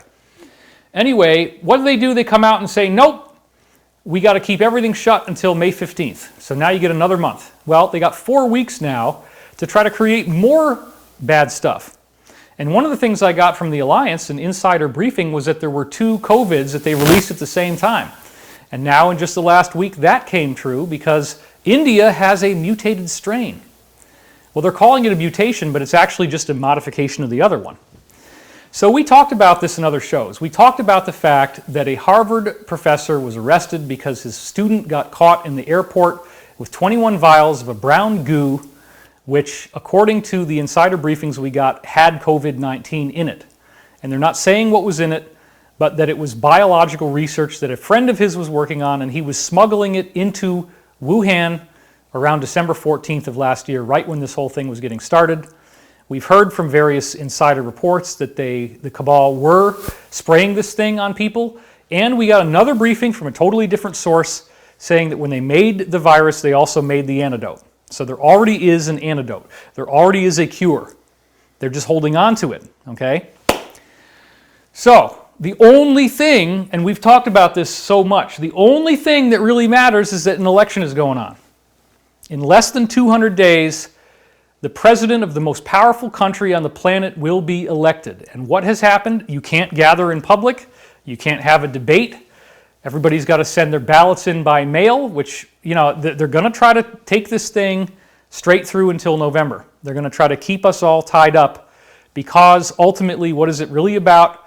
And the QAnon stuff said this too. What is the mathematical probability that such a perfect distraction happened at the exactly perfect moment for these bad actors to get what they want? So before I get into all that stuff, let's talk about what would the higher beings, the beings that want us to ascend, have in mind for allowing this one to go through when the other ones couldn't go through. Well, it's a lot of things. It's the least violent way for us to wake up on a collective level to the fact that there are people who would not care about doing this to the planet to try to win an election. There are people who don't care how many people die. They will win at all costs. They do not care. All they care about is winning. All they care about is control. And you better believe, and I was joking about this today, why not just have the opposing candidate be Baphomet? It doesn't need to be Joe Biden at this point. Let's just make it Baphomet, right? You got the goat-headed guy who also has 2 boobs, so he's a trans person. Let's just say it the nice way. He's a trans. He's got boobs, he's got genitalia of a man, and he's got cloven feet. He's got he's the devil, okay? He's got the goat horns, goat head. Let's just have Baphomet run against Trump, okay? Because Baphomet's going to promise, social welfare reform, and I'm going to make sure that everybody's got all the sex they want, and I'm going to make sure that everybody's got all the drugs and depravity that they want. And this is going to be fun, everybody, and I'll make sure that the entertainment is really great. I'm going to give you lots of great pop stars who give you these curious little symbols like this, and we're just going to go nuts. Let's just have fun, because you know what? Lucifer isn't so bad, and who cares about the people that, those religions, right? Yeah. Let's not worry about them. They're so pesky and annoying, and let's just get rid of them, right? Let's just get rid of all those people that don't really get into this whole Luciferian agenda. Honestly, if you're on the left, I feel sorry for you, because what hope do you have, right? The only reason to vote for Biden is anybody but Trump. That's all you got. All of the progressive ideals that you had of, maybe it's going to be AOC, Alexandria Ocasio-Cortez. Maybe it's going to be Bernie. I feel the burn, baby, No! It's frickin' Biden, who just got implicated in yet another sex scandal. Well, I can't vote for the guy. We heard what he said on the bus. We heard the hot mic. He said he grabs him by the you-know-what. Yeah, guys talk like that. Okay, this guy also is implicated in sex scandals, but they're not going to talk about that. You can't have a debate, right? Because nobody can go, because everybody's supposed to stay home.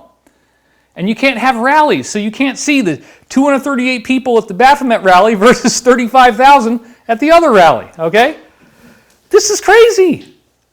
It's like, and do you really think you're going to be better off if Biden wins? Please, just try to think about this. Okay, just try to think about this. Is it a better alternative? Is it better? Whatever the hell this mainstream media has been fighting against for 4 frickin' years with everything they got, is it better if that side wins? Or don't you want to just hang around and see what the alliance has got in store for us? Don't you want to see what happens if they can arrest these pedophiles? Don't you want to see what happens if indictments get unsealed and find out what these guys have really been doing? Who really shot JFK? Who really brought down the towers in 9/11? That was 19 years ago. We're not going to let this happen again. We got caught with our pants down as a planet, we didn't have enough preparation. We were not conscious enough. They thought we were going to fight back harder, and we really didn't. They got away with it, okay? And now what are they doing? They're playing around with medical information. They're not telling you 85% of the people that get this are totally fine. And they're just saying, oh my God, we got to shut everything down because, oh, the deaths, the deaths, the deaths, the deaths. What about the deaths of suicide? Which top immunologists have been saying this over and over again. The suicide toll is going to be much worse than the number of people that will die from COVID due to pre-existing conditions or their age. It's a lot worse. So we really have to reopen society, because if we leave it shut down for too long, and again, I talked about various military insiders in the briefings we were getting about how long can the world sustain this shutdown. It's only a few months at the most before it's irretrievable. And they know that. So they're driving us right to the cliff because they are about to lose. They will do anything to stop the exposure. They will do anything to stop the truth coming out. So the positive beings are righteously allowing this thing to happen so that we have a relatively safer way of awakening as a planet. We have a false bottom. We have a false dark night of the soul. It appears to be the end of the world. It appears to be the Greater Depression. It appears to be, oh my God, we're all dying. We're all done. It's all over. The planet's never coming back. Nobody's ever going to have money again. Nobody's ever going to smile again. Smiling will be illegal like it was in the Khmer Rouge with Pol Pot. They will shoot you in the street if you smile. That did happen. So don't say that America is fascist, okay? Because fascism is talking to people. I was at Avis Rent-A-Car, and I was talking to a woman from Cambodia, and she was talking about being in her hut with her husband in bed, and you could not say anything bad about Pol Pot in bed with your husband because there could be literally a person with a machine gun under your house ready to just strafe you with machine gun fire if you say something bad about the dictator. If you smile, they shoot you on spot. They just kill you. So you can't bust a smile. That's real fascism. That's real dictatorship. That is not what we have in America. There's a whole lot of freedom, and there's people fighting and dying for your freedom, right? They want you to have the ability to open up your mouth and say all kinds of crazy, nasty stuff, and they fight and die for that. And that's a virtuous thing, ultimately. Freedom is good. We have a constitution. We want freedom. We don't want one side of a political debate to be completely silenced through shadow banning and media corporate nonsense. I mean, this is really, really intense. So the Great Awakening is this process by which we're having a false end of the world. It's not real. We've already gotten the whole script of what we expect is going to happen, that there's indictments that are going to unseal, people are going to get arrested, you're going to get this global televised sit down, they're going to explain this thing to you, and that creates an amazing shift in consciousness because, just like a friend of mine said in the comments at the beginning, the world becomes the Truman Show. You find out that the whole world that you've been living in is a big frickin' lie, and you were born into a lie, and you never even knew what the truth was because you've been lied to your entire life. You can't even determine the truth. You don't have the ability to even understand the truth until you get educated enough. And then in order to educate yourself, you have to fundamentally go against everybody who loves you, right? Because they tell you what is the real information. They tell you what to think. They tell you how to dress. They tell you, oh, those clothes are bad. Those clothes are good. Well, if you wear those clothes, we don't like you. If you wear those clothes, you're an a-hole. If you wear these clothes, well, you're one of the good guys, right?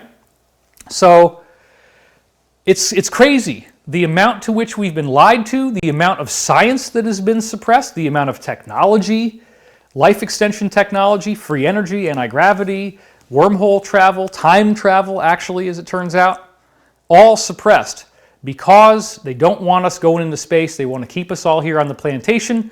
Well, they get to go out there and have fun in space and build all kinds of cool craft and not let us know, hey, guess what? If you start meeting all the people out there, they're all like a bunch of Jesuses, and they're really cool people.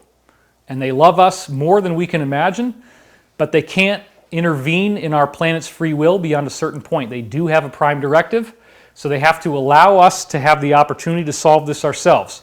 So please don't get stuck in this idea that you just got to hang out and wait for the good guys to come running in with guns blazing and the cavalry and the trumpets. You know, we are the cavalry, okay? So we all have to take part in this. So With all that being said, I want to get into some slides here. I don't want this to be more than a couple hours, and we're already at 1 hour and 44 minutes. So anyway, here we go with some slides. This is some of the latest Q stuff, and I admittedly did get a little freaked out when this one came up. I'm not going to kid you. And so it just said, patriots making dire predictions are harming the movement and arming the mainstream media. It said, patriots, be cautious in your interpretations of info posted. False expectations and push based on speculation will only weaponize those who attack us in the mainstream media. Why does the mainstream media expend its resources daily attempting to discredit this QAnon stuff? Do you provide the playbook to the enemy with specific dates? Logical thinking. FISA indictments start, public justice, and then it says future proves past, events unlock.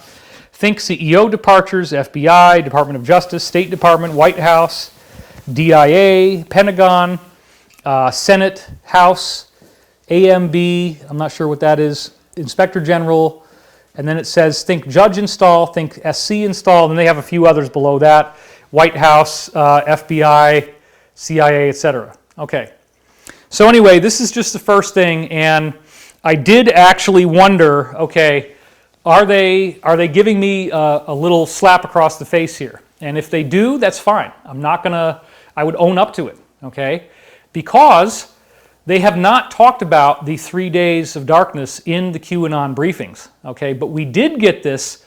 Now you got to remember, the 3 days of darkness thing came from, let's see now, Disclosed TV had their own source on it, and I reported on that. Benjamin Fulford had 2 different sources of his own that said that it was going to be some magnetic pulse that would move through the earth. That was different.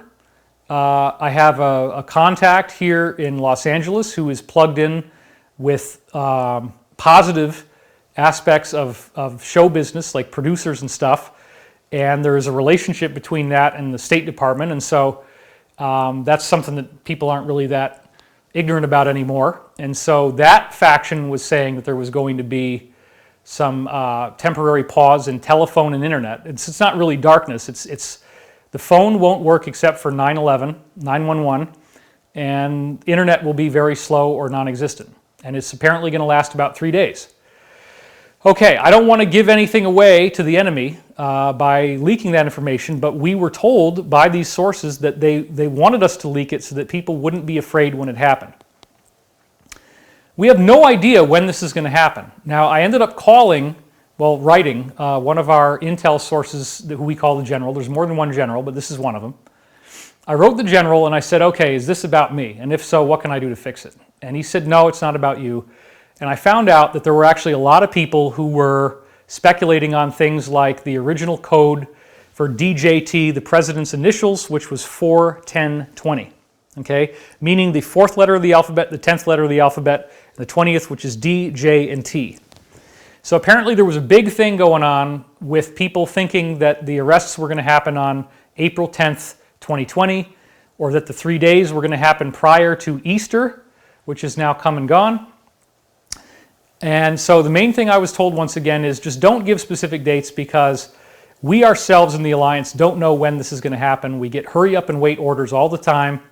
Hurry up and wait, hurry up and wait. So we don't want to do that. We don't want to be that guy who leaks information that gets the Alliance thrown off. So the general again reassured us that there are many different ways they can do this. This is a new briefing for you guys. There's many different ways they can do this. We need to be patient. And we need to stop trying to find out what they're going to do. Because there's a lot of different ways they can do this. It's not like there's only one way. They have multiple nested backup plans. So we're not going to give anything away. We're not going to try to get into the details of exactly how or when this is going to happen. But when we get into some stuff later on, the prophecies I had from 1996 actually seem to give us a window. And I think that's safe because it's a 1996 prophecy. It's no big deal. But the point is, again, we're all antsy. We all want to see some results, but we just need to be calm and we need to trust the plan and not get all excited about this, trying to be accurate. If I had the information, I wouldn't use it. I would not give the exact plan out because we don't want the cabal to outsmart this. So this is the point, right? don't look at this as if it's a foregone conclusion. There's still lots of plot twists. There's still lots of eccentricities in how this could go down.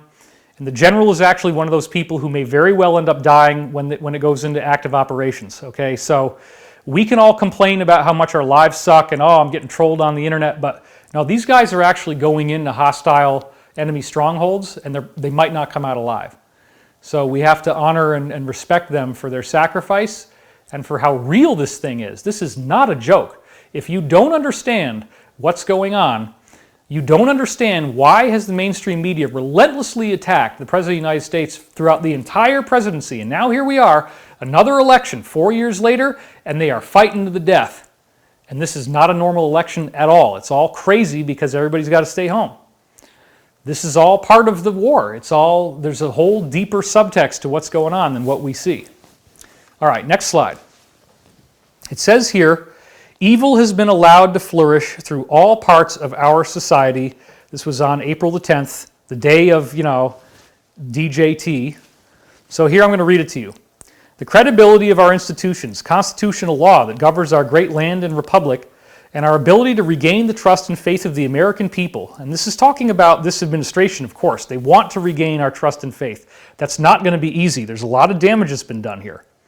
All depends on our ability to restore equal justice under the law by prosecuting those who are responsible, and that is blind justice. So let's just stop right there, right?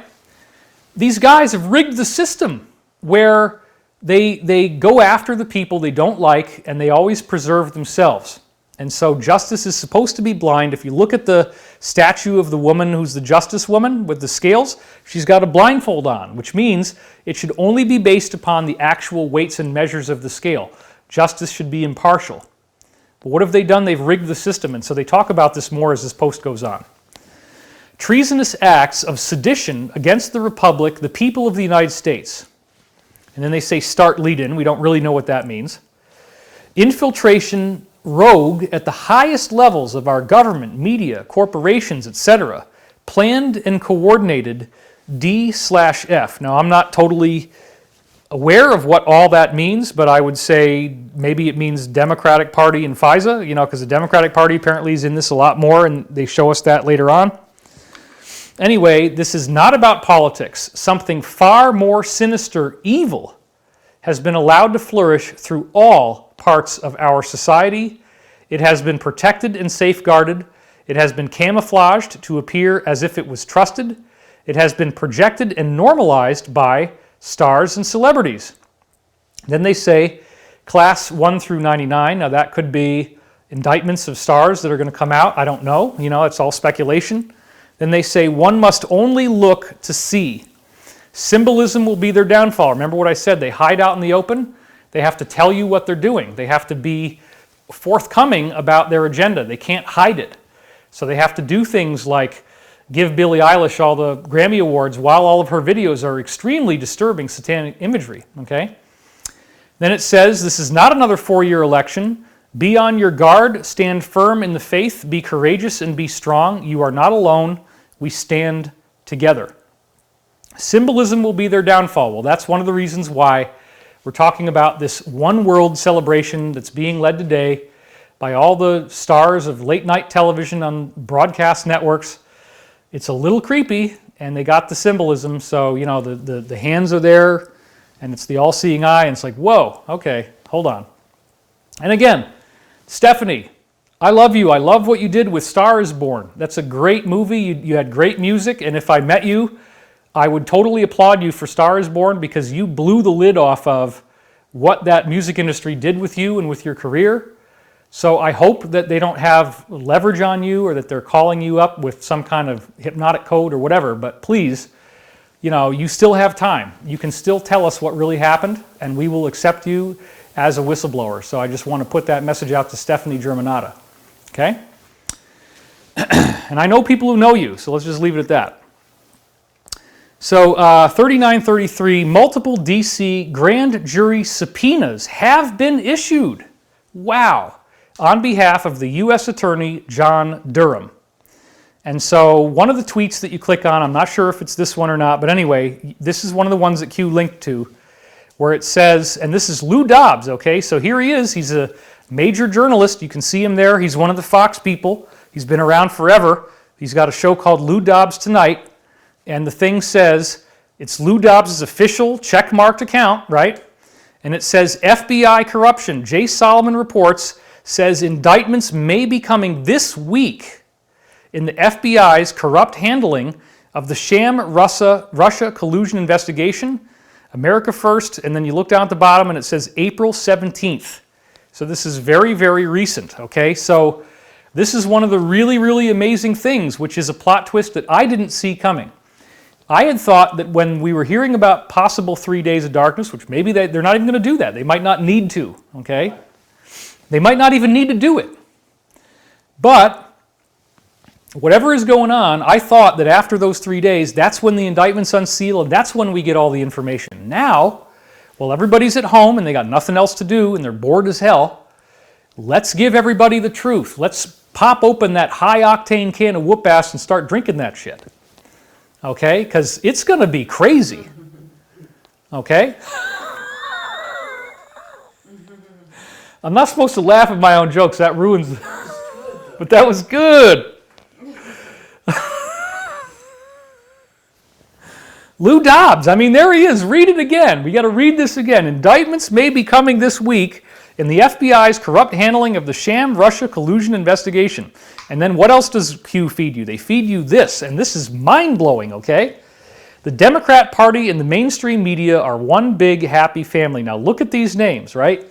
You've got Susan Rice from the Obama administration and this guy from ABC News, and I can't really see all the text, I'm sorry, but you can probably look at it on your screen. Married, then you have Obama administration CBS News brothers on the top row, Obama administration ABC News, where you have Ben Sherwood and Liz Sherwood. She's in the Obama administration, he's for ABC, and they're married.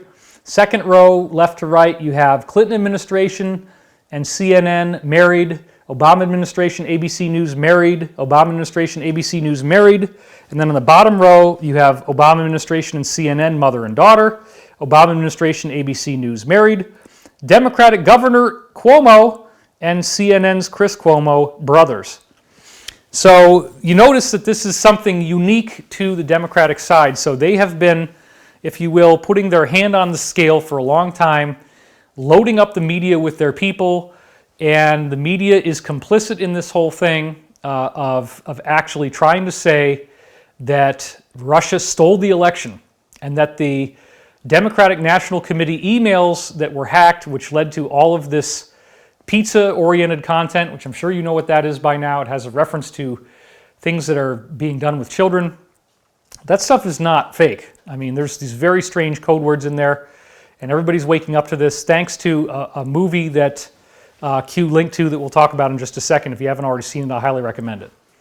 But anyway, yeah, so the Democratic Party loaded up the media with their own people, and now it's all going to come out.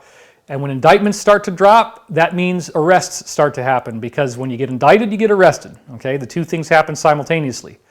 So this week, they're telling us stuff could start to go down. It's going to get very, very interesting. So let's go to the next slide now. April 11th, and I'm not doing everything they did, but I'm doing a lot. So April 11th, it says, bigger than you can possibly imagine. God bless each and every one of you, the Great Awakening. And also, I mean, you know, maybe I'm crazy, okay, but it's interesting that that picture they chose where it says Great Awakening, there's a bunch of people all looking at something in the sky, which, yeah, you could say, well, David, come on, that's just the sun. But we are expecting, before too long, maybe not right away, but some kind of Space Force classified technology disclosure. If you watched the President of the United States at Davos Forum in January, he said that we're going to have these gigantic technical breakthroughs that are coming out much, much faster than we anticipated. And there's been all these leading statements. They mentioned Project Looking Glass in the QAnon stuff, and they actually mentioned that Roswell was real and that secret space programs do exist outside of public domain. Which, as I've always said, they're giving you a tool that we can use once the truth comes out, where if we find out that QAnon was being designed by the current U.S. administration, which absolutely is there, then people can say, well, what about this secret space program thing? You said that. What did you guys mean when you said that, right? That's the kind of questions we need journalists grilling people about when this all comes out into the open. We need those questions. They want us to ask those questions. And Pete Peterson always told me, well, let's put it this way. When the arrests happen and people find out what went on, I certainly don't think it's going to be very long before we get the deeper truth about Roswell and back-engineered extraterrestrial technology and all this crazy classified stuff that we have. So that's exciting because that Great Awakening poster maybe is a sign of some kind of sight in the sky. And then here it is, post 3951. It's on the left, and it says the Out of Shadows documentary lifts the mask on how the CIA, mainstream media, and Hollywood manipulate the masses. Then they have a link, and they say, whoops, let me, sorry, you're going to see that one in just a second, but we're not quite there yet. So they say best documentary of the year. F black sites are being closed, MK active, class 199 future. So again, just leave that up for a second. And so this is a very, very significant thing that because of the information that I've gotten in briefings, maybe I know a little bit more about this than other people do. Okay, but notice what it says there. Black sites are being closed, MK active. MK refers to mind control or MK Ultra, and black sites are a very specific, nasty little thing, which is that the cabal have had these ships, these prison ships, that they deliberately keep out in the ocean in international waters so that they're not subject to the laws of any given country. And people are held captive on there, and people are tortured on there. And apparently, according to briefings we've gotten, they also have children in there. Those children are sex trafficked, and they're also given MK Ultra techniques that program their minds on these black ships, these black sites. So apparently, from a lot of different sources that we're getting, there are children being freed all over the world. There are all kinds of rings that are being broken open, and children who have done nothing wrong, they're innocent people, they were being tortured, brainwashed, and they're all going to have to go through deprogramming. They're all going to have to go through extensive rehabilitation. And there are obviously going to be a variety of healthcare workers that will be helping them out. And that's a wonderful thing to free them. When you hear that black sites are being closed, that's a marvelous thing. And that again shows the ongoing nature of active operations. But the Out of Shadows documentary itself is a true revelation.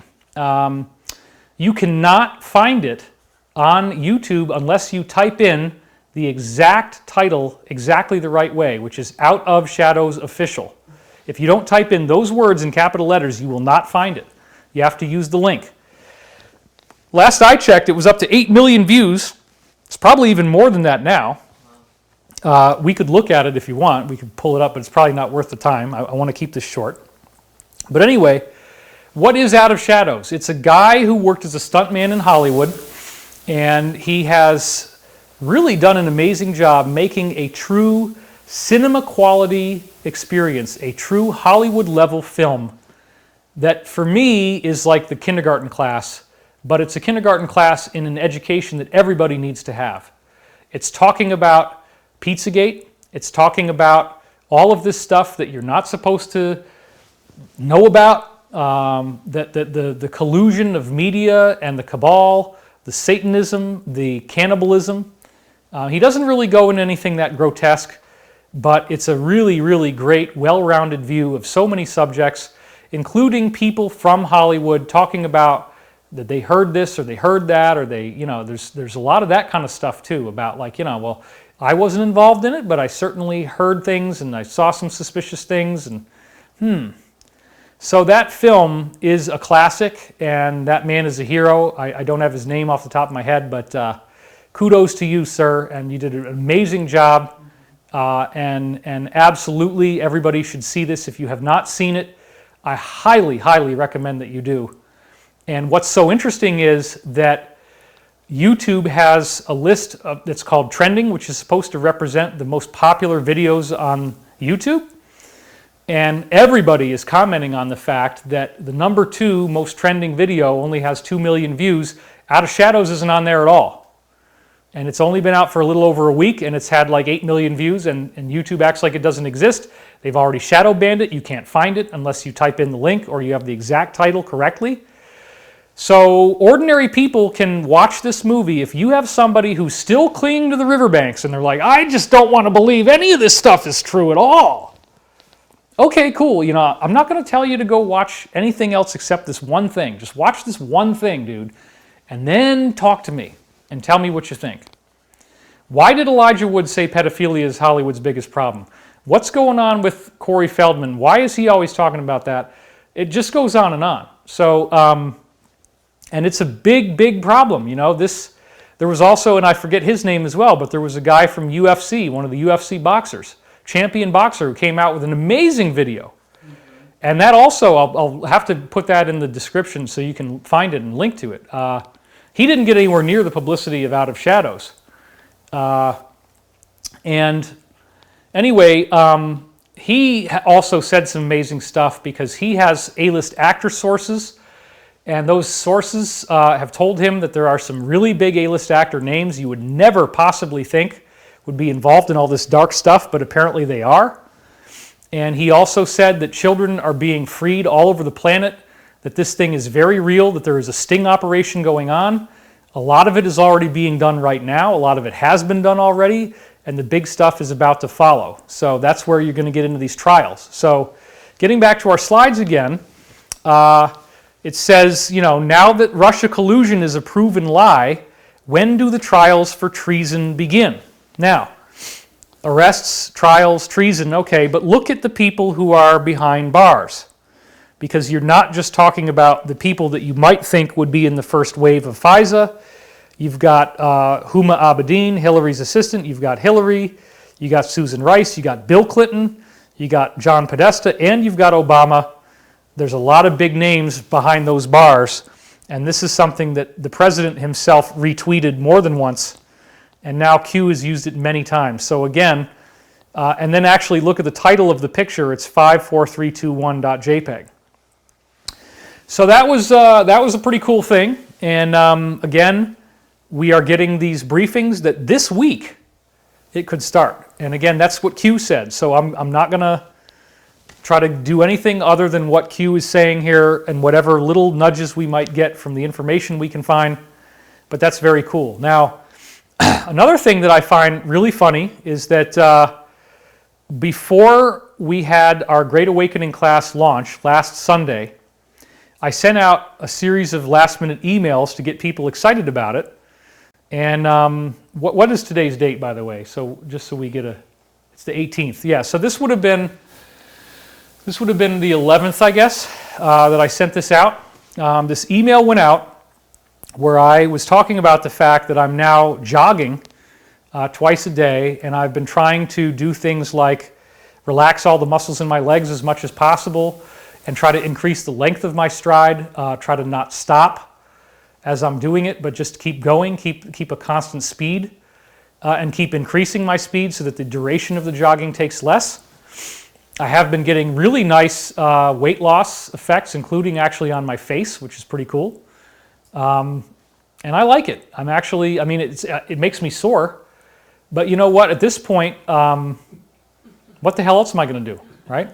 Might as well get exercise, because when you get to be my age, which is I'm in my late 40s, right? Typically your knee is effed up and your hip is effed up, and actually my legs work great. So why the heck wouldn't I want to be running? Anyway, it was a little silly, but I made this comparison of myself where I talked about that I'm like King Kong up on the top of the tower, knocking down Draco motherships with one hand. I made that analogy. The reptilians are getting knocked down.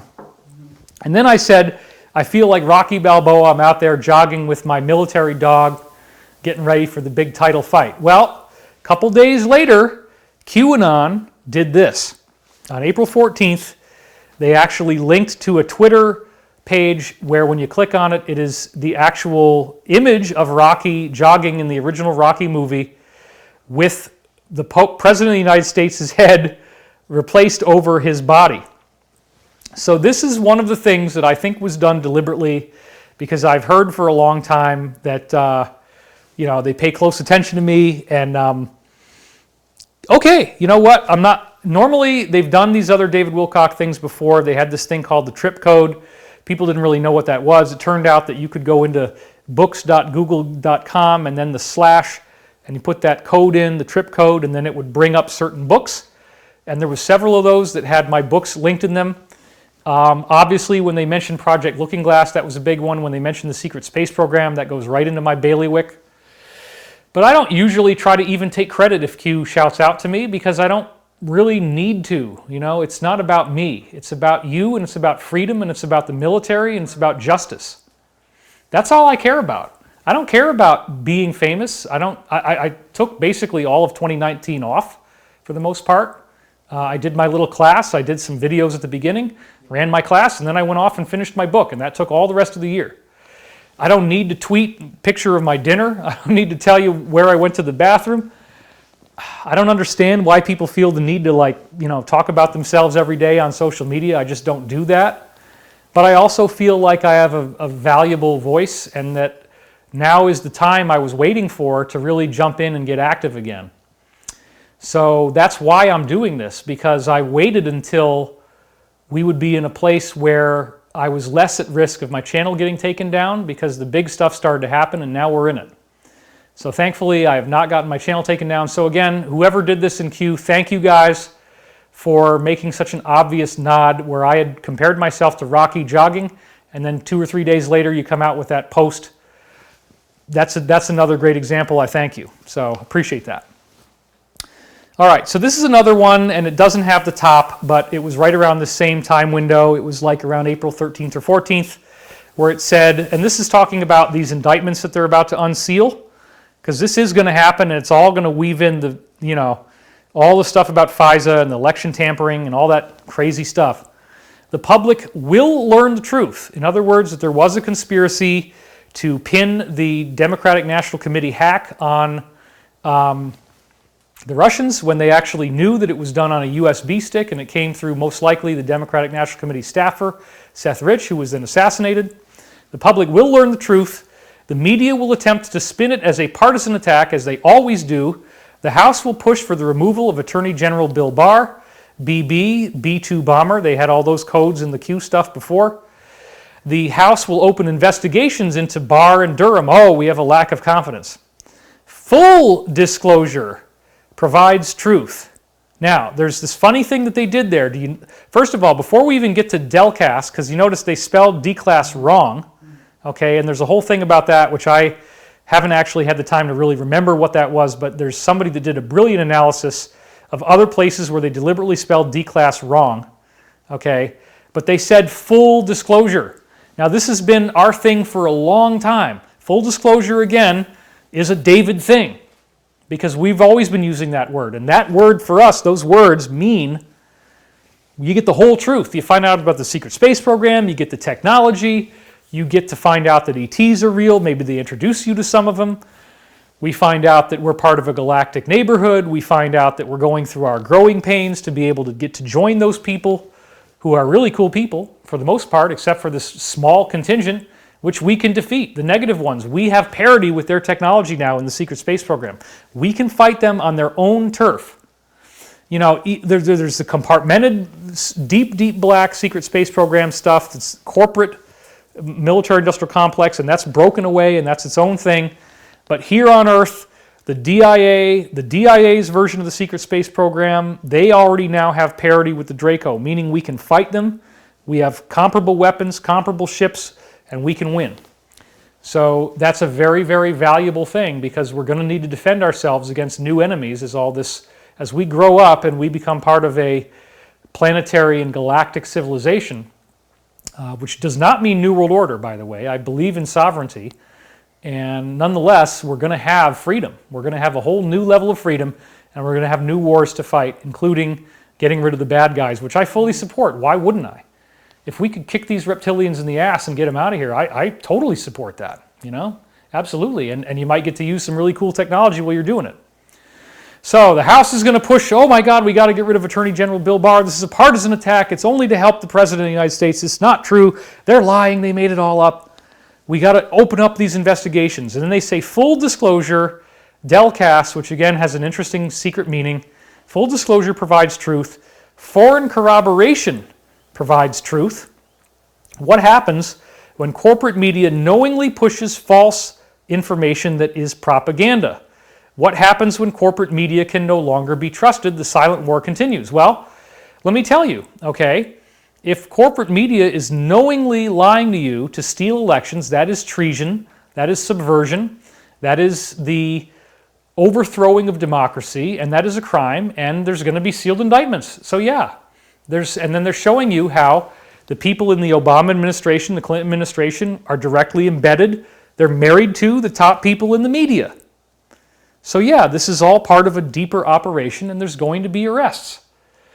And and the main thing that we got to deal with here is all the people who really, really can't stand the president that are going to be all freaked out and think that this is this big, scary coup, when in fact, the coup is what was prevented, okay?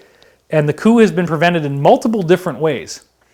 But again, if the whole reason why somebody did this thing, this pandemic, as a bioweapon, look at the exact timing, the mathematical improbability of this timing, and how it throws off the normal election process and ballots by mail, which can be totally manipulated. It stinks, okay? It's very, very bizarre what's going on.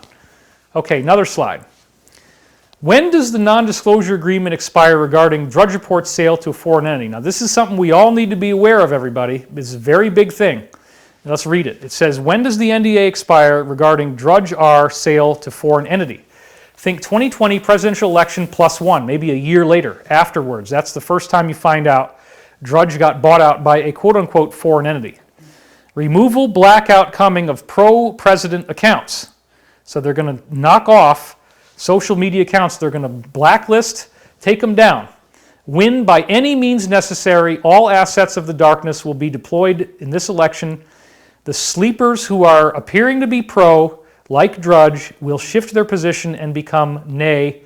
And then they say Paul Ryan Fox. Now, I've noticed this, okay? It's a sad thing because Drudge is the biggest site on the internet. And even though sometimes he was going too far to the right for my taste, there's a lot of great stuff on there. Even though it had a lot of mainstream media links, he would seem to curate and find the best stuff from that collection. And if you do the homework and you dig in there and you look for things, you can find good stuff. Well, I've been noticing myself a disturbing trend on Drudge Report where he's starting to say more and more stuff that appears to pander to the deep state's agenda while still appearing to be supportive. He's slipping a lot.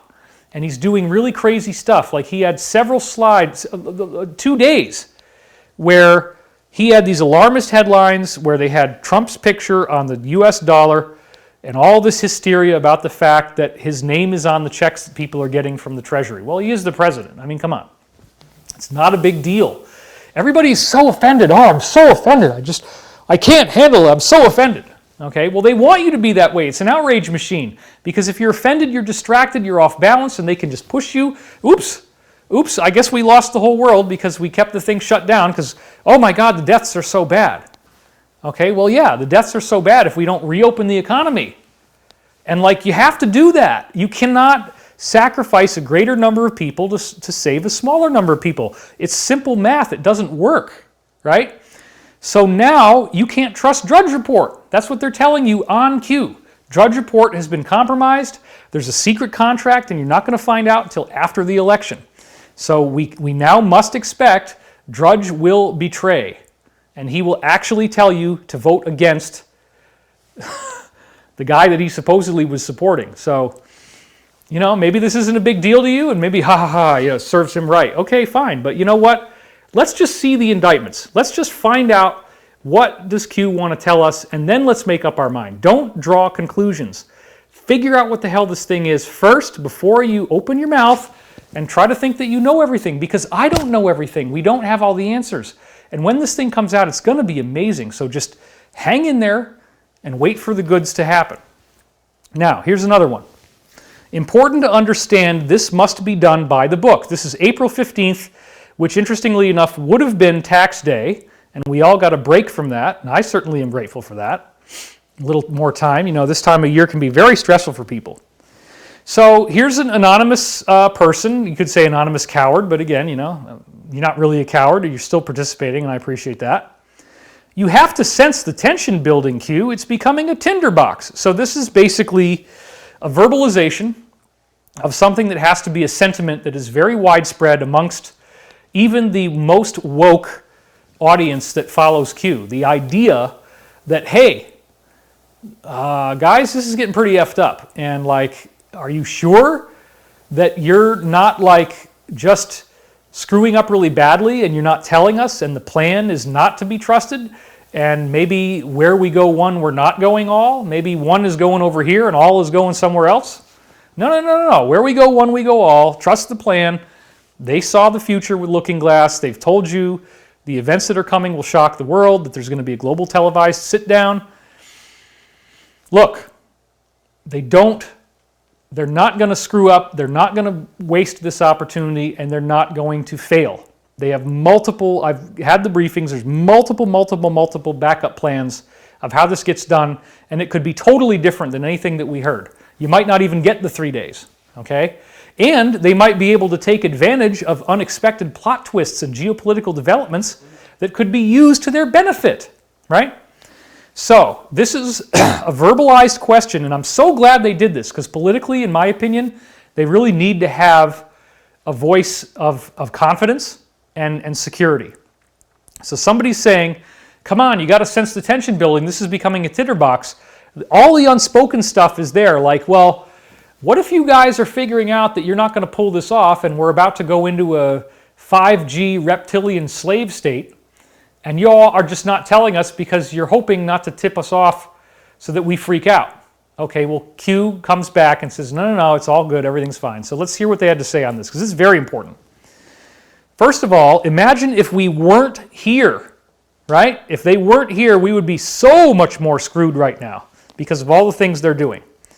While difficult, it is important to understand this, meaning this operation, this mass arrest, must be done by the book. Average people must be able to digest and accept events factually. And then it says, FISA lead-in, stage 1, act 1. This is where they do the indictments, right? They're telling you they're about to do that, so everybody finds out, hey, they actually did try to steal the election from the President of the United States. They didn't say the truth. It wasn't Russia that hacked the DNC emails. Bad actors had to be removed. Good actors had to be installed. Sleepers had to be uncovered in the public eye. And now, check this out. We are ready. Think Barr, Attorney General Bill Barr, going public. There you have it. Average people must learn. So this whole thing was orchestrated with stuff like the Podesta emails in 2016, which they blamed on Russia. It's not true. Ordinary people had to find out about Epstein, and then this weird, oh yeah, he committed suicide in a cell where the bed sheets are made out of paper, so you can't hang yourself with them. But oh yeah, well, he just hung himself somehow. We don't know how, because it's suicide prevention, and there's supposed to be round-the-clock surveillance on there, and oh, by the way, oops, they made a mistake, and they lost the footage. And then everybody says Epstein didn't kill himself. Well, that's what the Alliance wants you to think. Harvey Weinstein, Hollywood, rotten to the core. Where at the Golden Globes, you got Ricky Gervais openly joking about pedophilia. And then, you know, people going, like that, and you know who that is.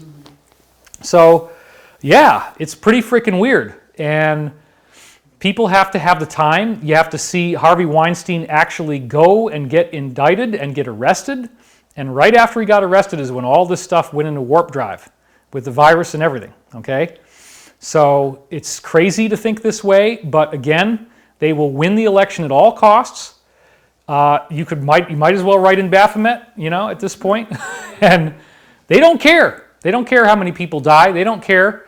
And it's important that we learn about this. And if you watch that movie Out of Shadows, that is the red pill, baby. If you haven't seen it already, go watch it. You're probably going to enjoy it more than the One World Order Festival. Oh, did I just say that? It's the One World, the One World Festival. It's not One World Order. It's just One World. Anyway, this is so exciting because guess what, folks? The official source is telling you, get ready. We are ready. We are going public. We had to drag it out. We had to make it so that ordinary people could learn what's going on. It takes duration and time. That's the sad part, is that the negative has been able to do this stuff and kill these innocent people with this virus. It's a sacrifice. It's terrible that there had to be a sacrifice at all, but all of this was necessary. And again, QAnon is constantly quoting, "Where we go one, we go all," which is the buzz phrase from that movie White Squall that features a group of sailors who get into a big storm and then they go on trial and they're being blamed for the deaths on the ship, but it's a storm. And so the storm is what we're in now, and they've been talking about this. The president talked about this. The storm is coming, but we're in it, okay? And then the next one, 3970. Patriots, our voices and votes matter now more than ever. This is April 15th again. And somebody asked, when will our voice and vote matter again, Q? And they said, it does now, Patriot, more than ever. Think 2016, think 2020, think of the world awakening. The world awakening. So that's a very interesting phrase that they haven't used before. That this thing that they're going to do is going to be so big as we get through each of the stages of it. It could happen in multiple stages. It's probably not going to be all at once. The first round of indictments will be FISA related, but then that opens up a narrative that will lead to people asking more questions. Then you get more indictments, you get more arrests, you find out other stuff. It's going to get big. It's a world awakening. Very, very exciting. Then they had this one. April 15th again, frogs to destroy them. Now, I went and I looked this up, and this is a quote from Psalms, and if I'd had more time, I could have pulled the whole Bible quote, but suffice it to say, you can go back to me now, suffice it to say that this is talking about a strange part of the angry God in the Old Testament, where the angry God in the Old Testament is talking about delivering plagues to mankind. And it sounds very similar to what the cabal is doing right now. So I think the analogy they're making is that they see themselves as gods, and they are the angry God that is trying to destroy life on earth. Now, the Law of One does say some very interesting stuff about the Old Testament Yahweh. They say that there was an original positive entity that was replaced by a negative entity. A positive entity would not want to destroy your firstborn children, create famines and plagues and pestilences, and basically just destroy a whole bunch of lives. So there's a lot of great stuff in the Old Testament. The Kabbalah is great. There's some really beautiful, inspired scripture in there, and there's some really weird stuff in there, and you got to be able to parse those things. Now, here's probably the next thing that they did on Q recently that is very, very controversial, but it's in your face. And again, a person is innocent until proven guilty, so I have no proof of anything. I just want to make that clear. But they made some statements about the Twitter CEO, Jack Dorsey. Now think about how difficult it would be to actually get the address on Twitter, the Twitter handle @Jack, okay? That would have probably been taken right at the beginning, back when it first got started, and it was taken by the guy who formed it, who might be involved in some really bad stuff based on this Q drop, but here he is. This is Jack Dorsey. He has kind of a haunted look on his face. You know, he's got the nose ring, he's got the beard, he's got the wild hair. But anyway, check this out. Twitter CEO Jack Dorsey tweets about pasta and satanic verses, May 24th, 2006. And they give the link, and then it says, it will be your choice whether to know. So before we get into what this thing says, which again is, you know, it's a big deal. So it's scary, and it's still out there. It was out there at the time that I went on Twitter. They said it will be your choice whether to know. Now, here's what I think that means. I think they will provide you with resources as these arrests and indictments come down that will tell you what is going on and where you could look if you want to know more, but they're not going to make it all that public so that it's not shoved in your face. Because honestly, people have families, people have children, and you have to be able to put your kids to bed at night, and they have to be able to close their eyes and go to sleep. And so you can't really tell everybody everything. You have to kind of, and that's what they've said at Q a lot, is that people are not going to go down for the big stuff publicly, but you'll be able to find out. It's just that the main charges that people are going to get hit with are not going to be all of this stuff that's related to the deep, weird things. So, again, May 24th, 2006, and I clicked on the link, and this is what I found. Okay? This is actually real. Okay? This is Jack Dorsey. He is the CEO of Twitter. And here he is making his own tweet. You can see his face there without all the hair, but you know, it's the same dude. at Jack, right? And he's got the official check mark. May 23rd, 2006, making the good pasta. Reading through some amazing parts of the satanic verses, the golden threads begin to intertwine. Now, most of these, most modern Satanism is actually based on Aleister Crowley, and Aleister Crowley's order is called the Order of the Golden Dawn. So he says the golden threads, and he puts the word golden in parentheses, the golden threads begin to intertwine. So anybody who is a Crowleyite, who is into Crowleyana, who has been reading the Crowley stuff and practicing these sick ceremonies that they do, would understand what he means when he says golden, when he says, I'm reading through some amazing parts of the satanic verses. Now this is 2006. This is before all this crazy stuff happened. This is before Pizzagate. This is before we learned that CP, cheese pizza, is a code for child pornography. It's in the official FBI database. There's people that were arrested. There was actually a place called Dojo Pizza that was arrested for pedophilia. I believe it was in New Jersey.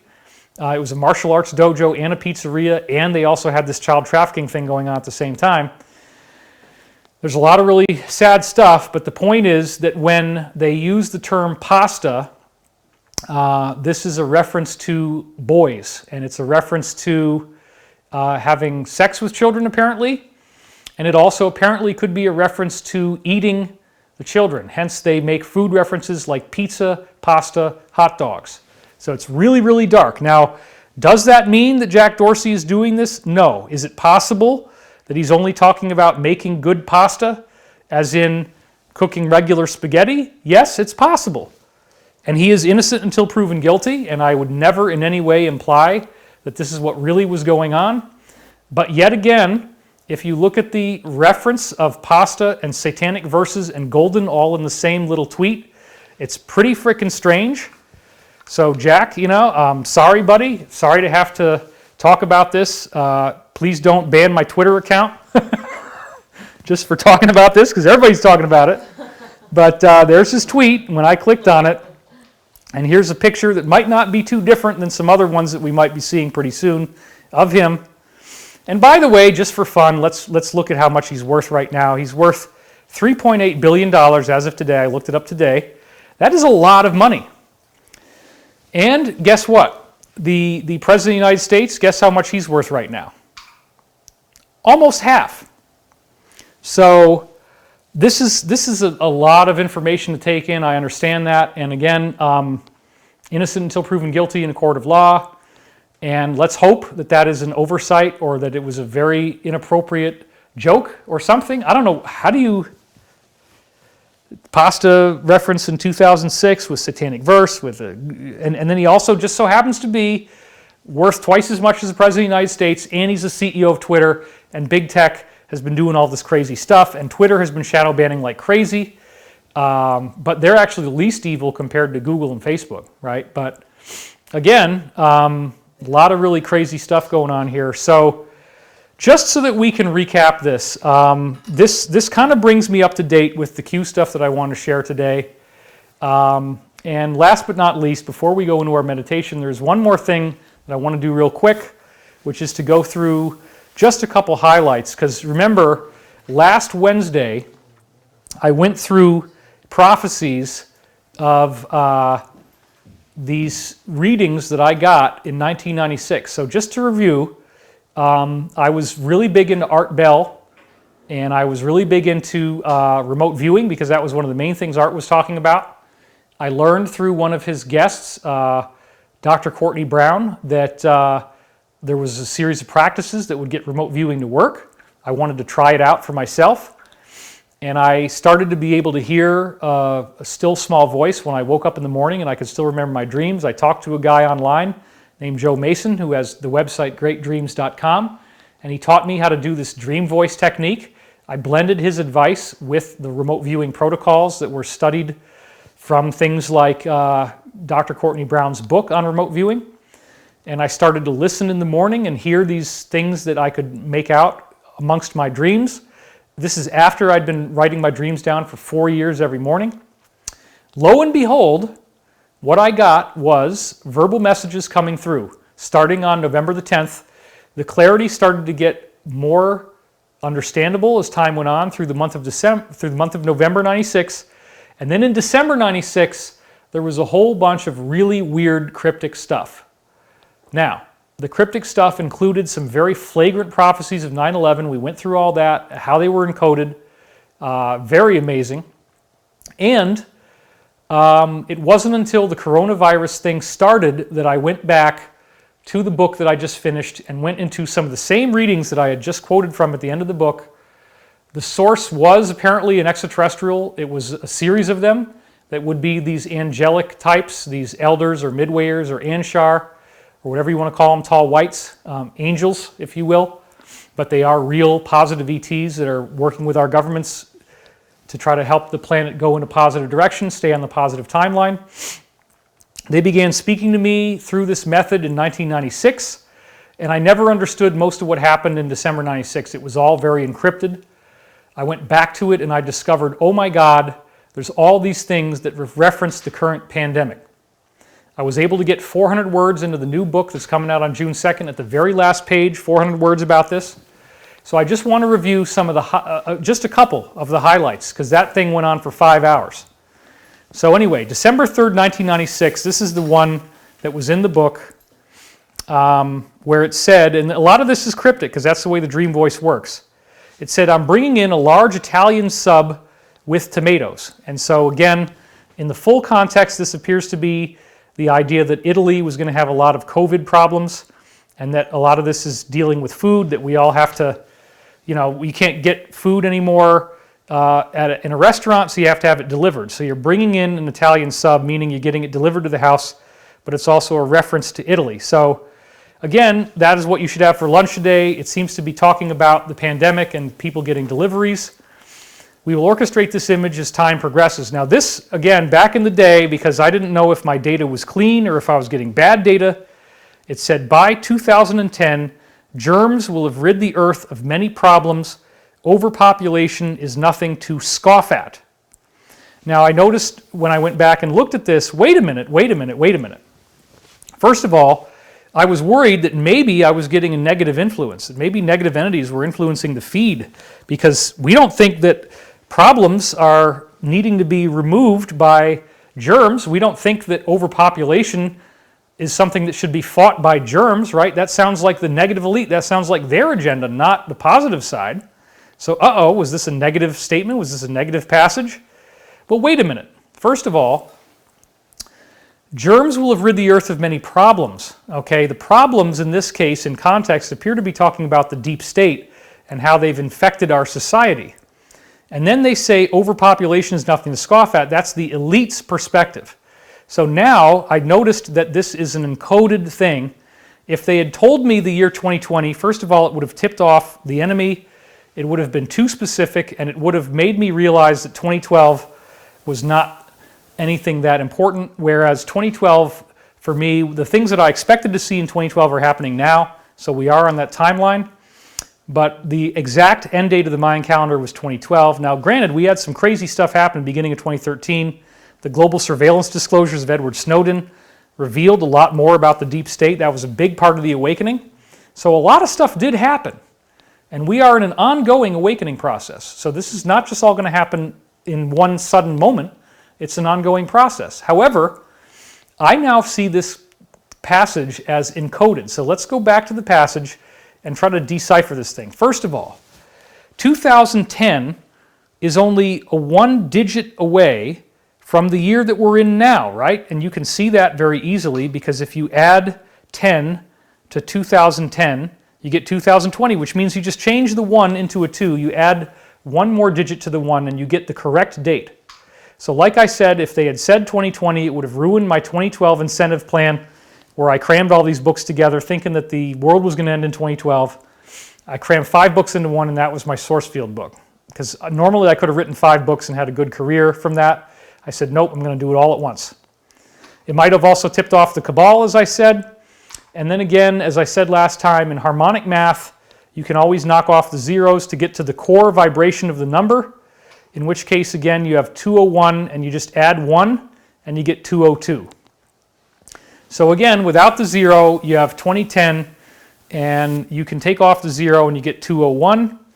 And then with 201, you could turn it into a 20 and a 1 and play around with numbers a little bit. And again, just change it by 1 more time. 20 minus 1 is 19, COVID-19. Now here's the next encoded thing.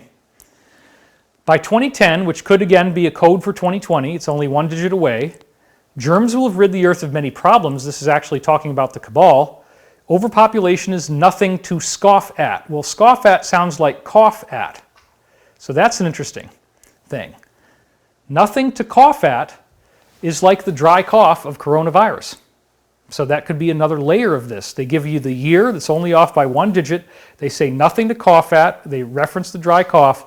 Now we got to look at the exact wording of this weird passage, which again, there was many others that predict the future very accurately during this time. Let's isolate the most unique and strange wordings. Okay, so the first strange wording, as I said before, was have rid. Now this is a typo and they know this. It should be have ridden. But have rid actually changes the way that it's worded, and then of course the other strange wording is scoff at. So then I just take scoff have rid, and sure enough all the letters of COVID are in that name. Specifically you can highlight them and they're in it, and they're in the right order. Have rid, you got a V and an ID for the vid of COVID, and scoff, cough, co. So then again, the 20 minus 1 for 19, because again, you bump it up by 1, you get 2020. You bump it down by 1, you get 19. COVID-19 in the year 2020. And I actually think this is real. So again, by 2010, germs will have rid the earth of many problems. Overpopulation is nothing to scoff at.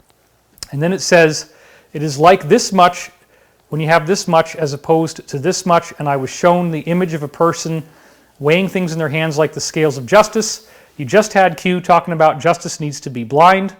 And this is, of course, planetary justice. The many problems that the germs will be ridding the earth of are the cabal-related problems, actually. And justice will be served.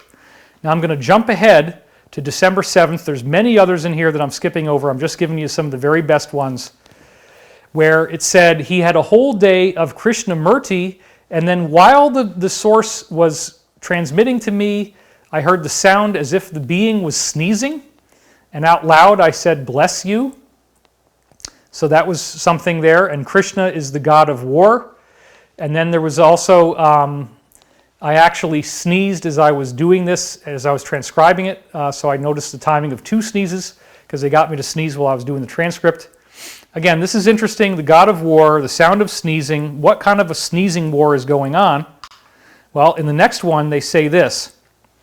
A copycat will never go far. Copycat criminals are what they're talking about here. If they had a plastic cup, they might be incarcerated. Well, again, the idea here is at the point that we're in now in society, if you were to touch a plastic cup with your lips or even your hands and then give it to someone, you could be incarcerated. So that's a prophetic glimpse of what we are into now. It's up to the staff to deal with it responsibly, and then they say sometimes the matrix of the matrix quarantines you. So they're talking about the quarantine, they're talking about the plastic cup getting you incarcerated, and then they say when dirty water splashes up in your face, you can't snap your fingers like that anymore. They're talking about contamination, pathogens, all that stuff. And then it says, how about money for Christmas? Well, we're going to be gifted money like a Christmas gift from the government as this happens. That's happening already. You've got to pay the mortgage. It doesn't move. Well, whatever is going to happen, people are not going to be able to pay the mortgage because that bill doesn't move. Money for Christmas, you're going to be gifted money as we go through this pandemic. And then it says, well, I'm up here. I'm glad I signed up this year. The insurance will be outrageous. I'm putting a hot water bottle here and here. So again, it's these very strange, dreamlike, maybe it's true, maybe it's BS, I don't know, but they're talking about all the things that we would see. Quarantine, the war, justice happening, you've got to pay the mortgage, money for Christmas, the insurance is going to be outrageous, and the hot water bottle here and here because everybody's getting sick. And then in December 10th, one of my favorite ones, the patriarchy will be dismantled, and this is all in context of pandemic prophecies before, during, and after. Let's see when the big happening occurs. June 3rd, July 10th, By that season, people will be sick of it. Scissors on the ground, stuff like that. I just don't want to see people beginning to hurt themselves. This will be a very crazy time for most. So, I believe, and I don't know this for a fact, but I believe that my source in 1996 is talking about what's happening now and is giving us some windows of when the big happening, which is again, I think the big reveal could be, and they're saying that it could last, this problem we're in right now could last until June 3rd or even July 10th. And again, Q did say no specific dates, but again, this is a prophecy from 1996. I hardly think they're worried about that. And again, I'm not saying even by those dates anything will have happened. But this prophecy seems to tell us we might have to wait longer than we want, but don't worry, the patriarchy will be dismantled. By the time we're into June and July, people are going to be really sick of the shutdown, and it said this will be a very crazy time for most. But there's more prophecies from there. This is not the last one. And then they say, third stone from the sun, which is a reference to Earth as a planet. Time to do some puddle jumping. That's talking about becoming a spacefaring race. In my opinion, this is the big one, right? This really blew me away. It might be very good for you to be familiar with the feelings that I, as an angelic being, the one speaking, a woman actually, that I am going to have. Several of my feelings that I will have include encasements, dealing with infective tissue, infected waste. And I'll say this again like I did in the last show. I honestly, let's go back to the camera. I honestly do believe that this is a prophecy that's accurate because I remember when it came through in 1996 going, oh man, I hope that we don't get some weird, germy, buggy, viral end of the world where a bunch of people die from a virus. So anyway, these are really exciting prophecies, and we're getting to the meditation in just a minute here, but I wanted to give you this first. I can deal with it as long as I can handle it, and then it says, that's the most infective and horrible problem of people not going to Blight right now. Like I said, it will be no problem. You'll be able to see something. So, now what in the world would they say that for? Why would they say that it's a horrible problem that people did not go to Blight right now in 1996? Well, the answer is that the Earth is actually doing really well. Without all of our pollution-spitting technology, you're getting alpine-level air quality in places like Los Angeles. You're getting New Delhi, which used to be up around an 800 in the air quality index, which is 3 times beyond lethal, now down at a 41. People in the cabal, inside whistleblowers, were telling me that our technology as it is now is too destructive to the Earth for them to allow the whole planet to develop. They've been deliberately keeping Southeast Asia and Africa and places like this. This is the evil people, right? They've been deliberately keeping them underdeveloped, not having power, not having cars, not having our modern technology, because they felt that it would destroy the Earth too quickly. But again, you guys, all you have to do is release the stuff we already have. We get clean energy. That means no pollution. And it's not going to happen right away, but if we can get everybody hooked into a global shutdown, staying home, why can't we get people into a new Manhattan Project or a new World War II effort where we start building technology that's going to clean up the garbage, clean up the atmosphere, and save the planet? So if the planet could have gone into something like this back in 1996, if the planet had been blighted back then we would have had the opportunity for all these things to happen back then, and so much damage from 1996 until 2020 could have been avoided. Our planet is in trouble, okay? We are going over the cliff, and that's a scary thing. So I just want to, again, remind you about these prophecies that came through in December 96, how amazing they are, that they talk about. It will be no problem. You're going to get through this. The encoded messages about COVID-19, that I'll be dealing with infective tissue, infected waste, all this kind of stuff. So this is an evolving investigation. And again, I just want to redirect you back to Awakening in the Dream. This is the book that I wrote, not realizing that all the readings that I quote from had COVID prophecies in them, but now I look at the art that we all agreed on, And you know, I had final say on the art, and we ended up making it so that the guy's head looks like he's got a big coronavirus in it, you know? And I don't think that's an accident. I think that even the cover of the book is prophetic. And all these readings that I quote from at the end of the book in December 96, those are the exact readings I quote from, and there we are. The quotes from 1996 are all in there, and now we find out what they really mean, and I got it into the back page. So, in addition to the book, we also have decided to do this one thing. In light of all this crazy stuff that's going on with the One World festival today that they're doing, it's got like everybody who's anybody in it, and they're trying to steer the narrative. We have decided to give you another chance if you wanted to get into my Great Awakening class. We have reopened the admissions. So if you get in today or tomorrow, tomorrow I'm going to be doing probably again close to 5 hours here on this set, and I'm going deeply into the spiritual stuff of how do I get those readings? How did I get those prophecies to come through? How was I able to be that accurate? Only it was 1 month after I started. We only read up to December 10th, so that was within 30 days of the first time that I tried the technique based upon Joe Mason's Dream Voice protocols, military remote viewing protocols, and then what I added to it.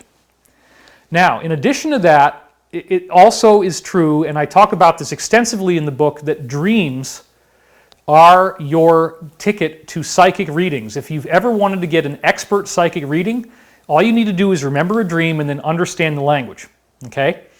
Now, I was setting this up last week in the first class, and we actually had testimonials come in where people were saying that just what I gave you last week from the Law of One, by quoting it from its own text, was worth the entire price of admission. That 1 5-hour lecture was so good that they, even if I didn't do anything else, they felt like they got what they paid for. And so I put a lot of time and care into this stuff. I do a great set of slides, and we're going to teach you the language of dreaming, which is all important. You have to learn how that language works if you want to be able to decipher your dreams, because they will predict the future. As I said last week in the class, as long as your heart is open, they talk about this in Law of One. When your heart is open, universal law allows you to start getting prophecies. If you don't have an open heart, you're not going to get prophetic dreams. But then again, you can solve that, right? You could open your heart. So you could. It's not like you're screwed if you don't have an open heart. You just have to open your heart. So anyway, we have a whole bunch of really cool stuff. 5 modules with me, 3 modules with Elizabeth, 2 Q&A sessions with me. So the total amount of time that you're going to get is probably well over 30 hours of content. And so it's actually very affordable if you look at it that way, because we're only really looking at a little over $10 an hour, I guess, or something like that. So anyway, this is a great way for you to help us out. So if you've had second thoughts, if you'd like to see if maybe you could get results like that and start predicting the future, look, I want people to learn this stuff, and I want people to start practicing it. That means you. But I need your help, because this information is not suitable to just be leaked out online openly. I got to have a little bit of initiation involved in you getting access to this stuff. So there's going to be really cool sacred science, dream analysis and interpretation, learning. I expect that once you get this class, that you will understand what your dreams are telling you. You'll be able to decipher what they mean. And anytime you remember a dream, you are getting a psychic reading that is the most tailor-made to exactly what your higher self wants you to know in the now. What could be more important than that right now? We need this, okay? So I just wanted to make that case. The card is open. The link is down in the description thing, but you could also just type in ascensionmysteryschool.com, and that's the main website that we have for this. I'm not going to keep boring you with this, because I hate marketing and you probably hate it too, okay? But it really does help us greatly if you wanted to do this with us. But before we close, we do want to do that global meditation. So let's cut to this wide shot here and let's get this going.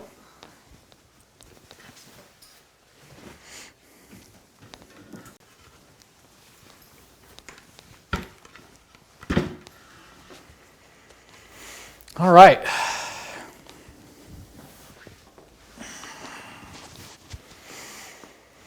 Yeah, if you want to stare at me like a voyeur during the meditation, I don't really care. You can do that.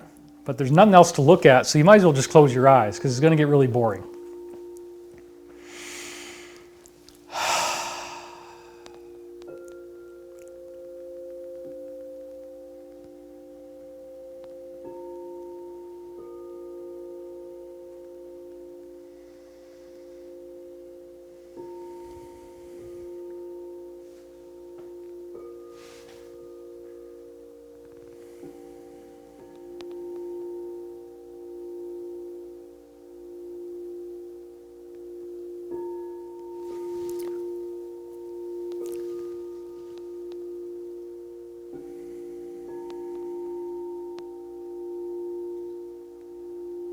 I invite you to take a nice deep breath.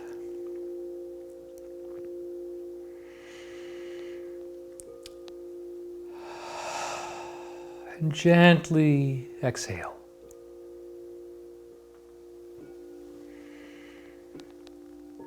And then, once again, take a nice deep breath. And just let it go.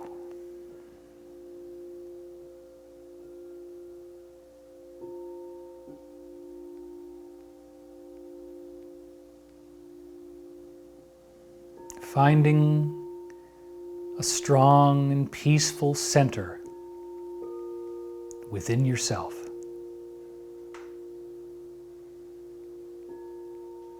Becoming ever more deeply relaxed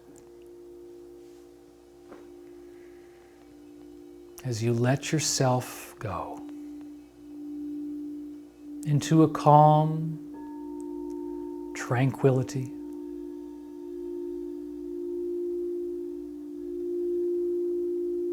Like you're lying in a beautiful hammock on a tropical beach. The air is the perfect warm temperature. You can smell and hear the ocean. You hear the seagulls,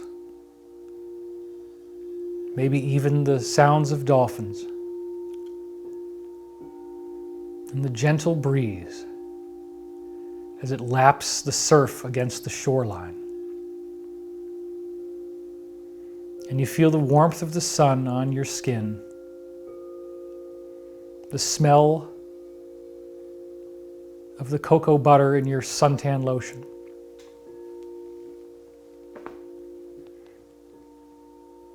The sweetness of the mixed drink that you may have, whatever it's mixed with, fruit juices. And you're so deeply relaxed.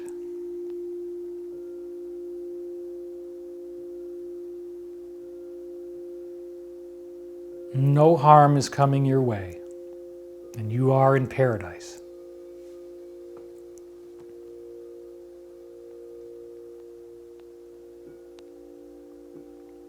And whatever place brings up the most peaceful and loving imagery for you, wherever you feel the most safe and the most happy,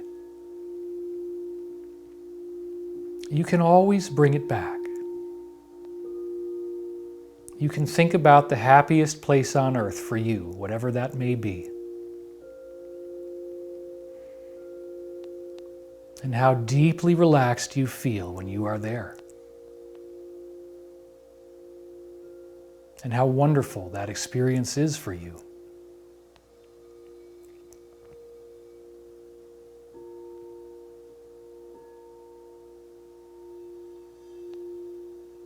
And as you breathe ever more deeply,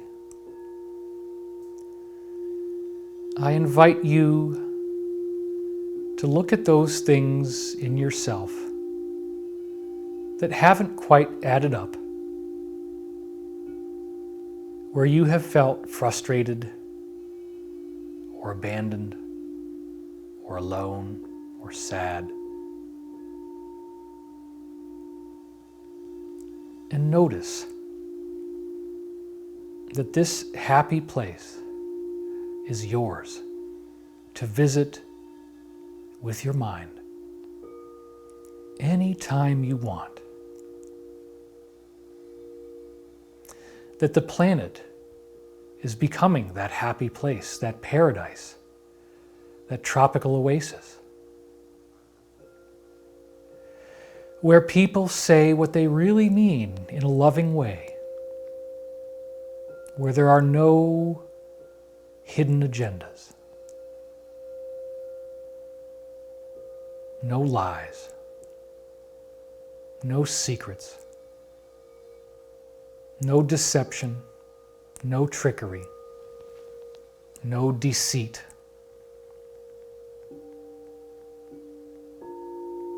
Where you feel safe in your community, you feel safe in your home, you feel safe to share what you really think in a loving way and not be criticized.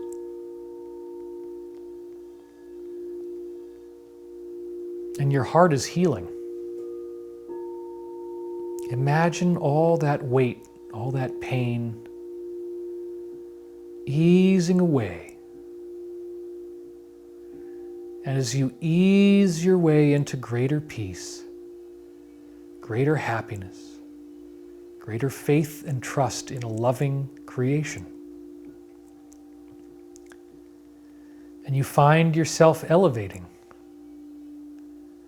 becoming lighter, more abundant, not having to worry about money, not having to worry about scarcity, not having to worry about betrayal and fear and anger and pain.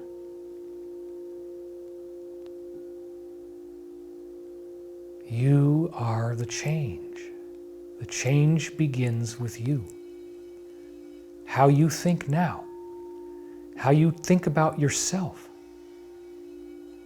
Do you love yourself? Do you love that person who you see in the mirror? Can you finally give that person a break? Yeah, okay, that's not right, that's not right, that's not right. I got all that. But you know what? Isn't love enough? Aren't you good enough? I say that you are. We say that you are good enough. And you are invited to meditate on your own value, on how deeply you are loved by all of us, how much we're pushing for you to succeed, to learn that you don't need to control and manipulate other people. You don't need to deceive. You don't need to tell lies. You don't need to strive for material things, money, power, and possessions. This is a game in which everybody wins, in which we all have happiness and peace in our own minds. And you can see how this change begins in you, in your happiness, in your consistency of love, consistency of a meditative peace that carries itself with you as you go throughout your day.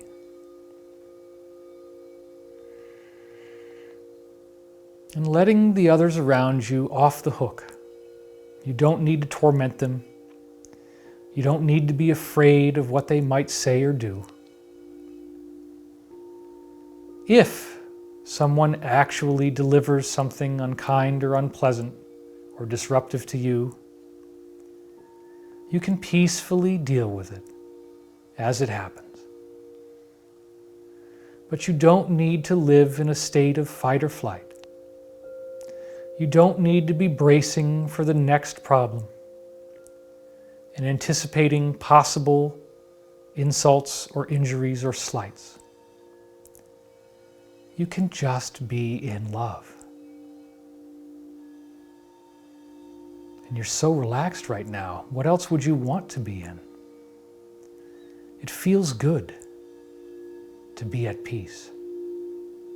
It feels good to laugh, to smile at someone, to share happiness with someone, to pick up that phone and call the people you love and care about and let them know how valuable they are and how much you appreciate them. It feels good to appreciate all those who are making a difference on earth. The healthcare workers, the military fighting a secret war for the freedom of humanity, and all others who are working to bring about a true golden age for humanity.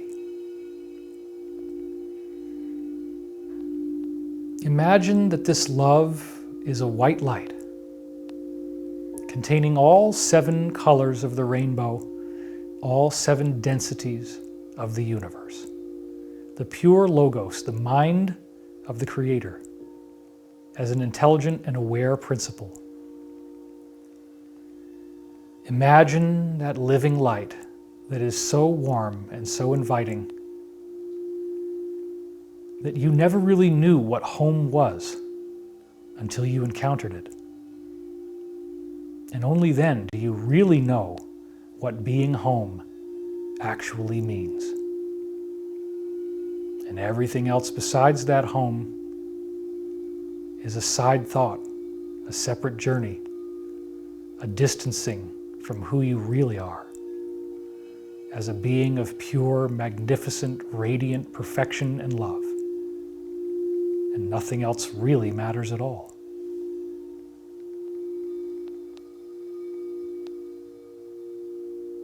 Give yourself that love. Let yourself be okay.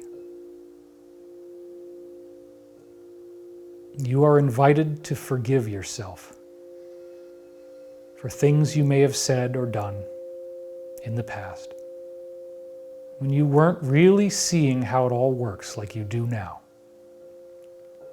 It's okay to take yourself down off the cross, as it were, to let yourself be forgiven for whatever it is that might have taken place.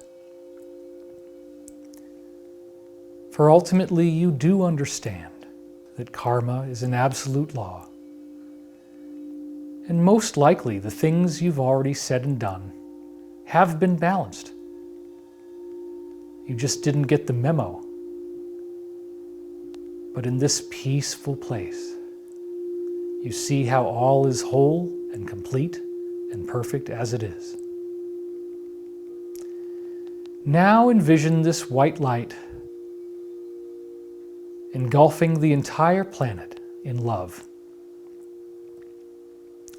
such that if any disturbing or occult imagery or themes are used today in the One World Festival, that they will not significantly change the outcome in any way, that we are becoming peaceful, more positive, more loving and supportive. And any steps that are taken will only lead inexorably to that conclusion. Envision the planet waking up. Envision indictments unsealing, arrests happening, and that deep inner satisfaction, that knowing in your core that now things are going to be okay. The good guys took a stand to save the planet, restore freedom.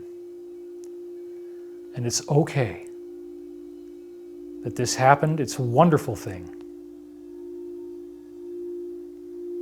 And we truly only want to all be able to coexist and live in harmony and peace together without having our minds and our bodies poisoned with lies and pathogens and tricks and deceit. Truthfulness, honesty, openness, collaboration, all very positive ideals as we become an awakened world. And now I ask you to invite that light to give you any messages or visions it may have for you, and I will hold silence as you ask this question. What do you want me to know right now, today, for myself?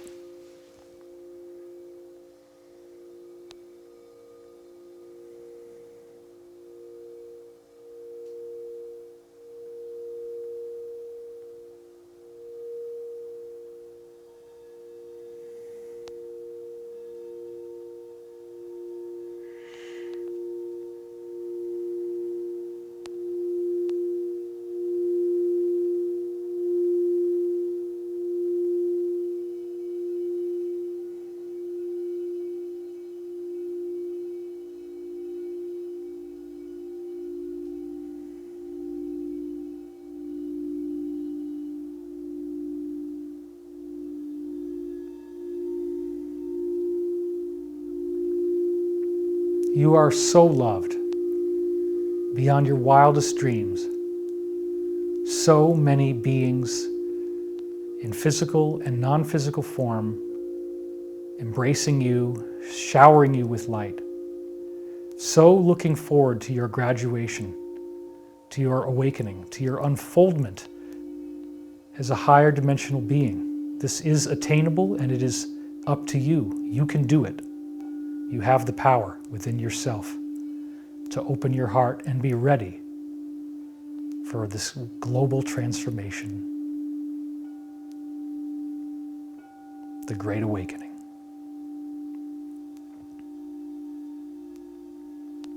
We send this light to all those in need of prayer and healing, those who are suffering from respiratory ailments, other problems. We hope that all get the care and the help they need, that no one dies alone.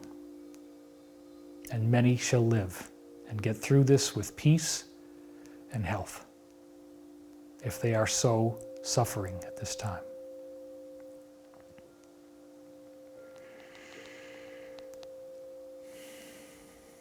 And may we always remember in the greatest sense that you are the light, you are the love, you are the one infinite creator. This is as it was, as it is now, and as it always shall be, and nothing and no one can ever take that from you. And so it is.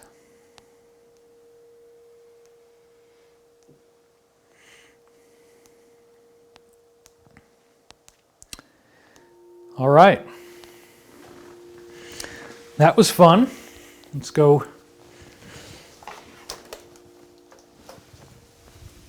back to the close shot.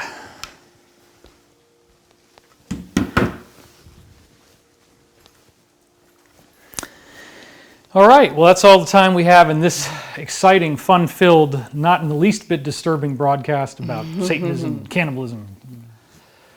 Look, this stuff isn't going to be going on much longer, and I'm so happy that the planet is turning out for the good. And you want to say anything? Well, we are co-creators, and so how we use our free will and what we choose to focus on, what we choose to say, and what we choose to envision is very powerful. So getting together like this, envisioning beauty, envisioning peace, envisioning health and freedom for all of humanity, for the animals, for the elements, and for this earth itself is very powerful. And so thank you so much for being here. And may we all continue to hold this vision of beauty in our hearts. Amen. Aho. We'll see you next time. And we got it under 3 hours. So I'm going to go hit stop here.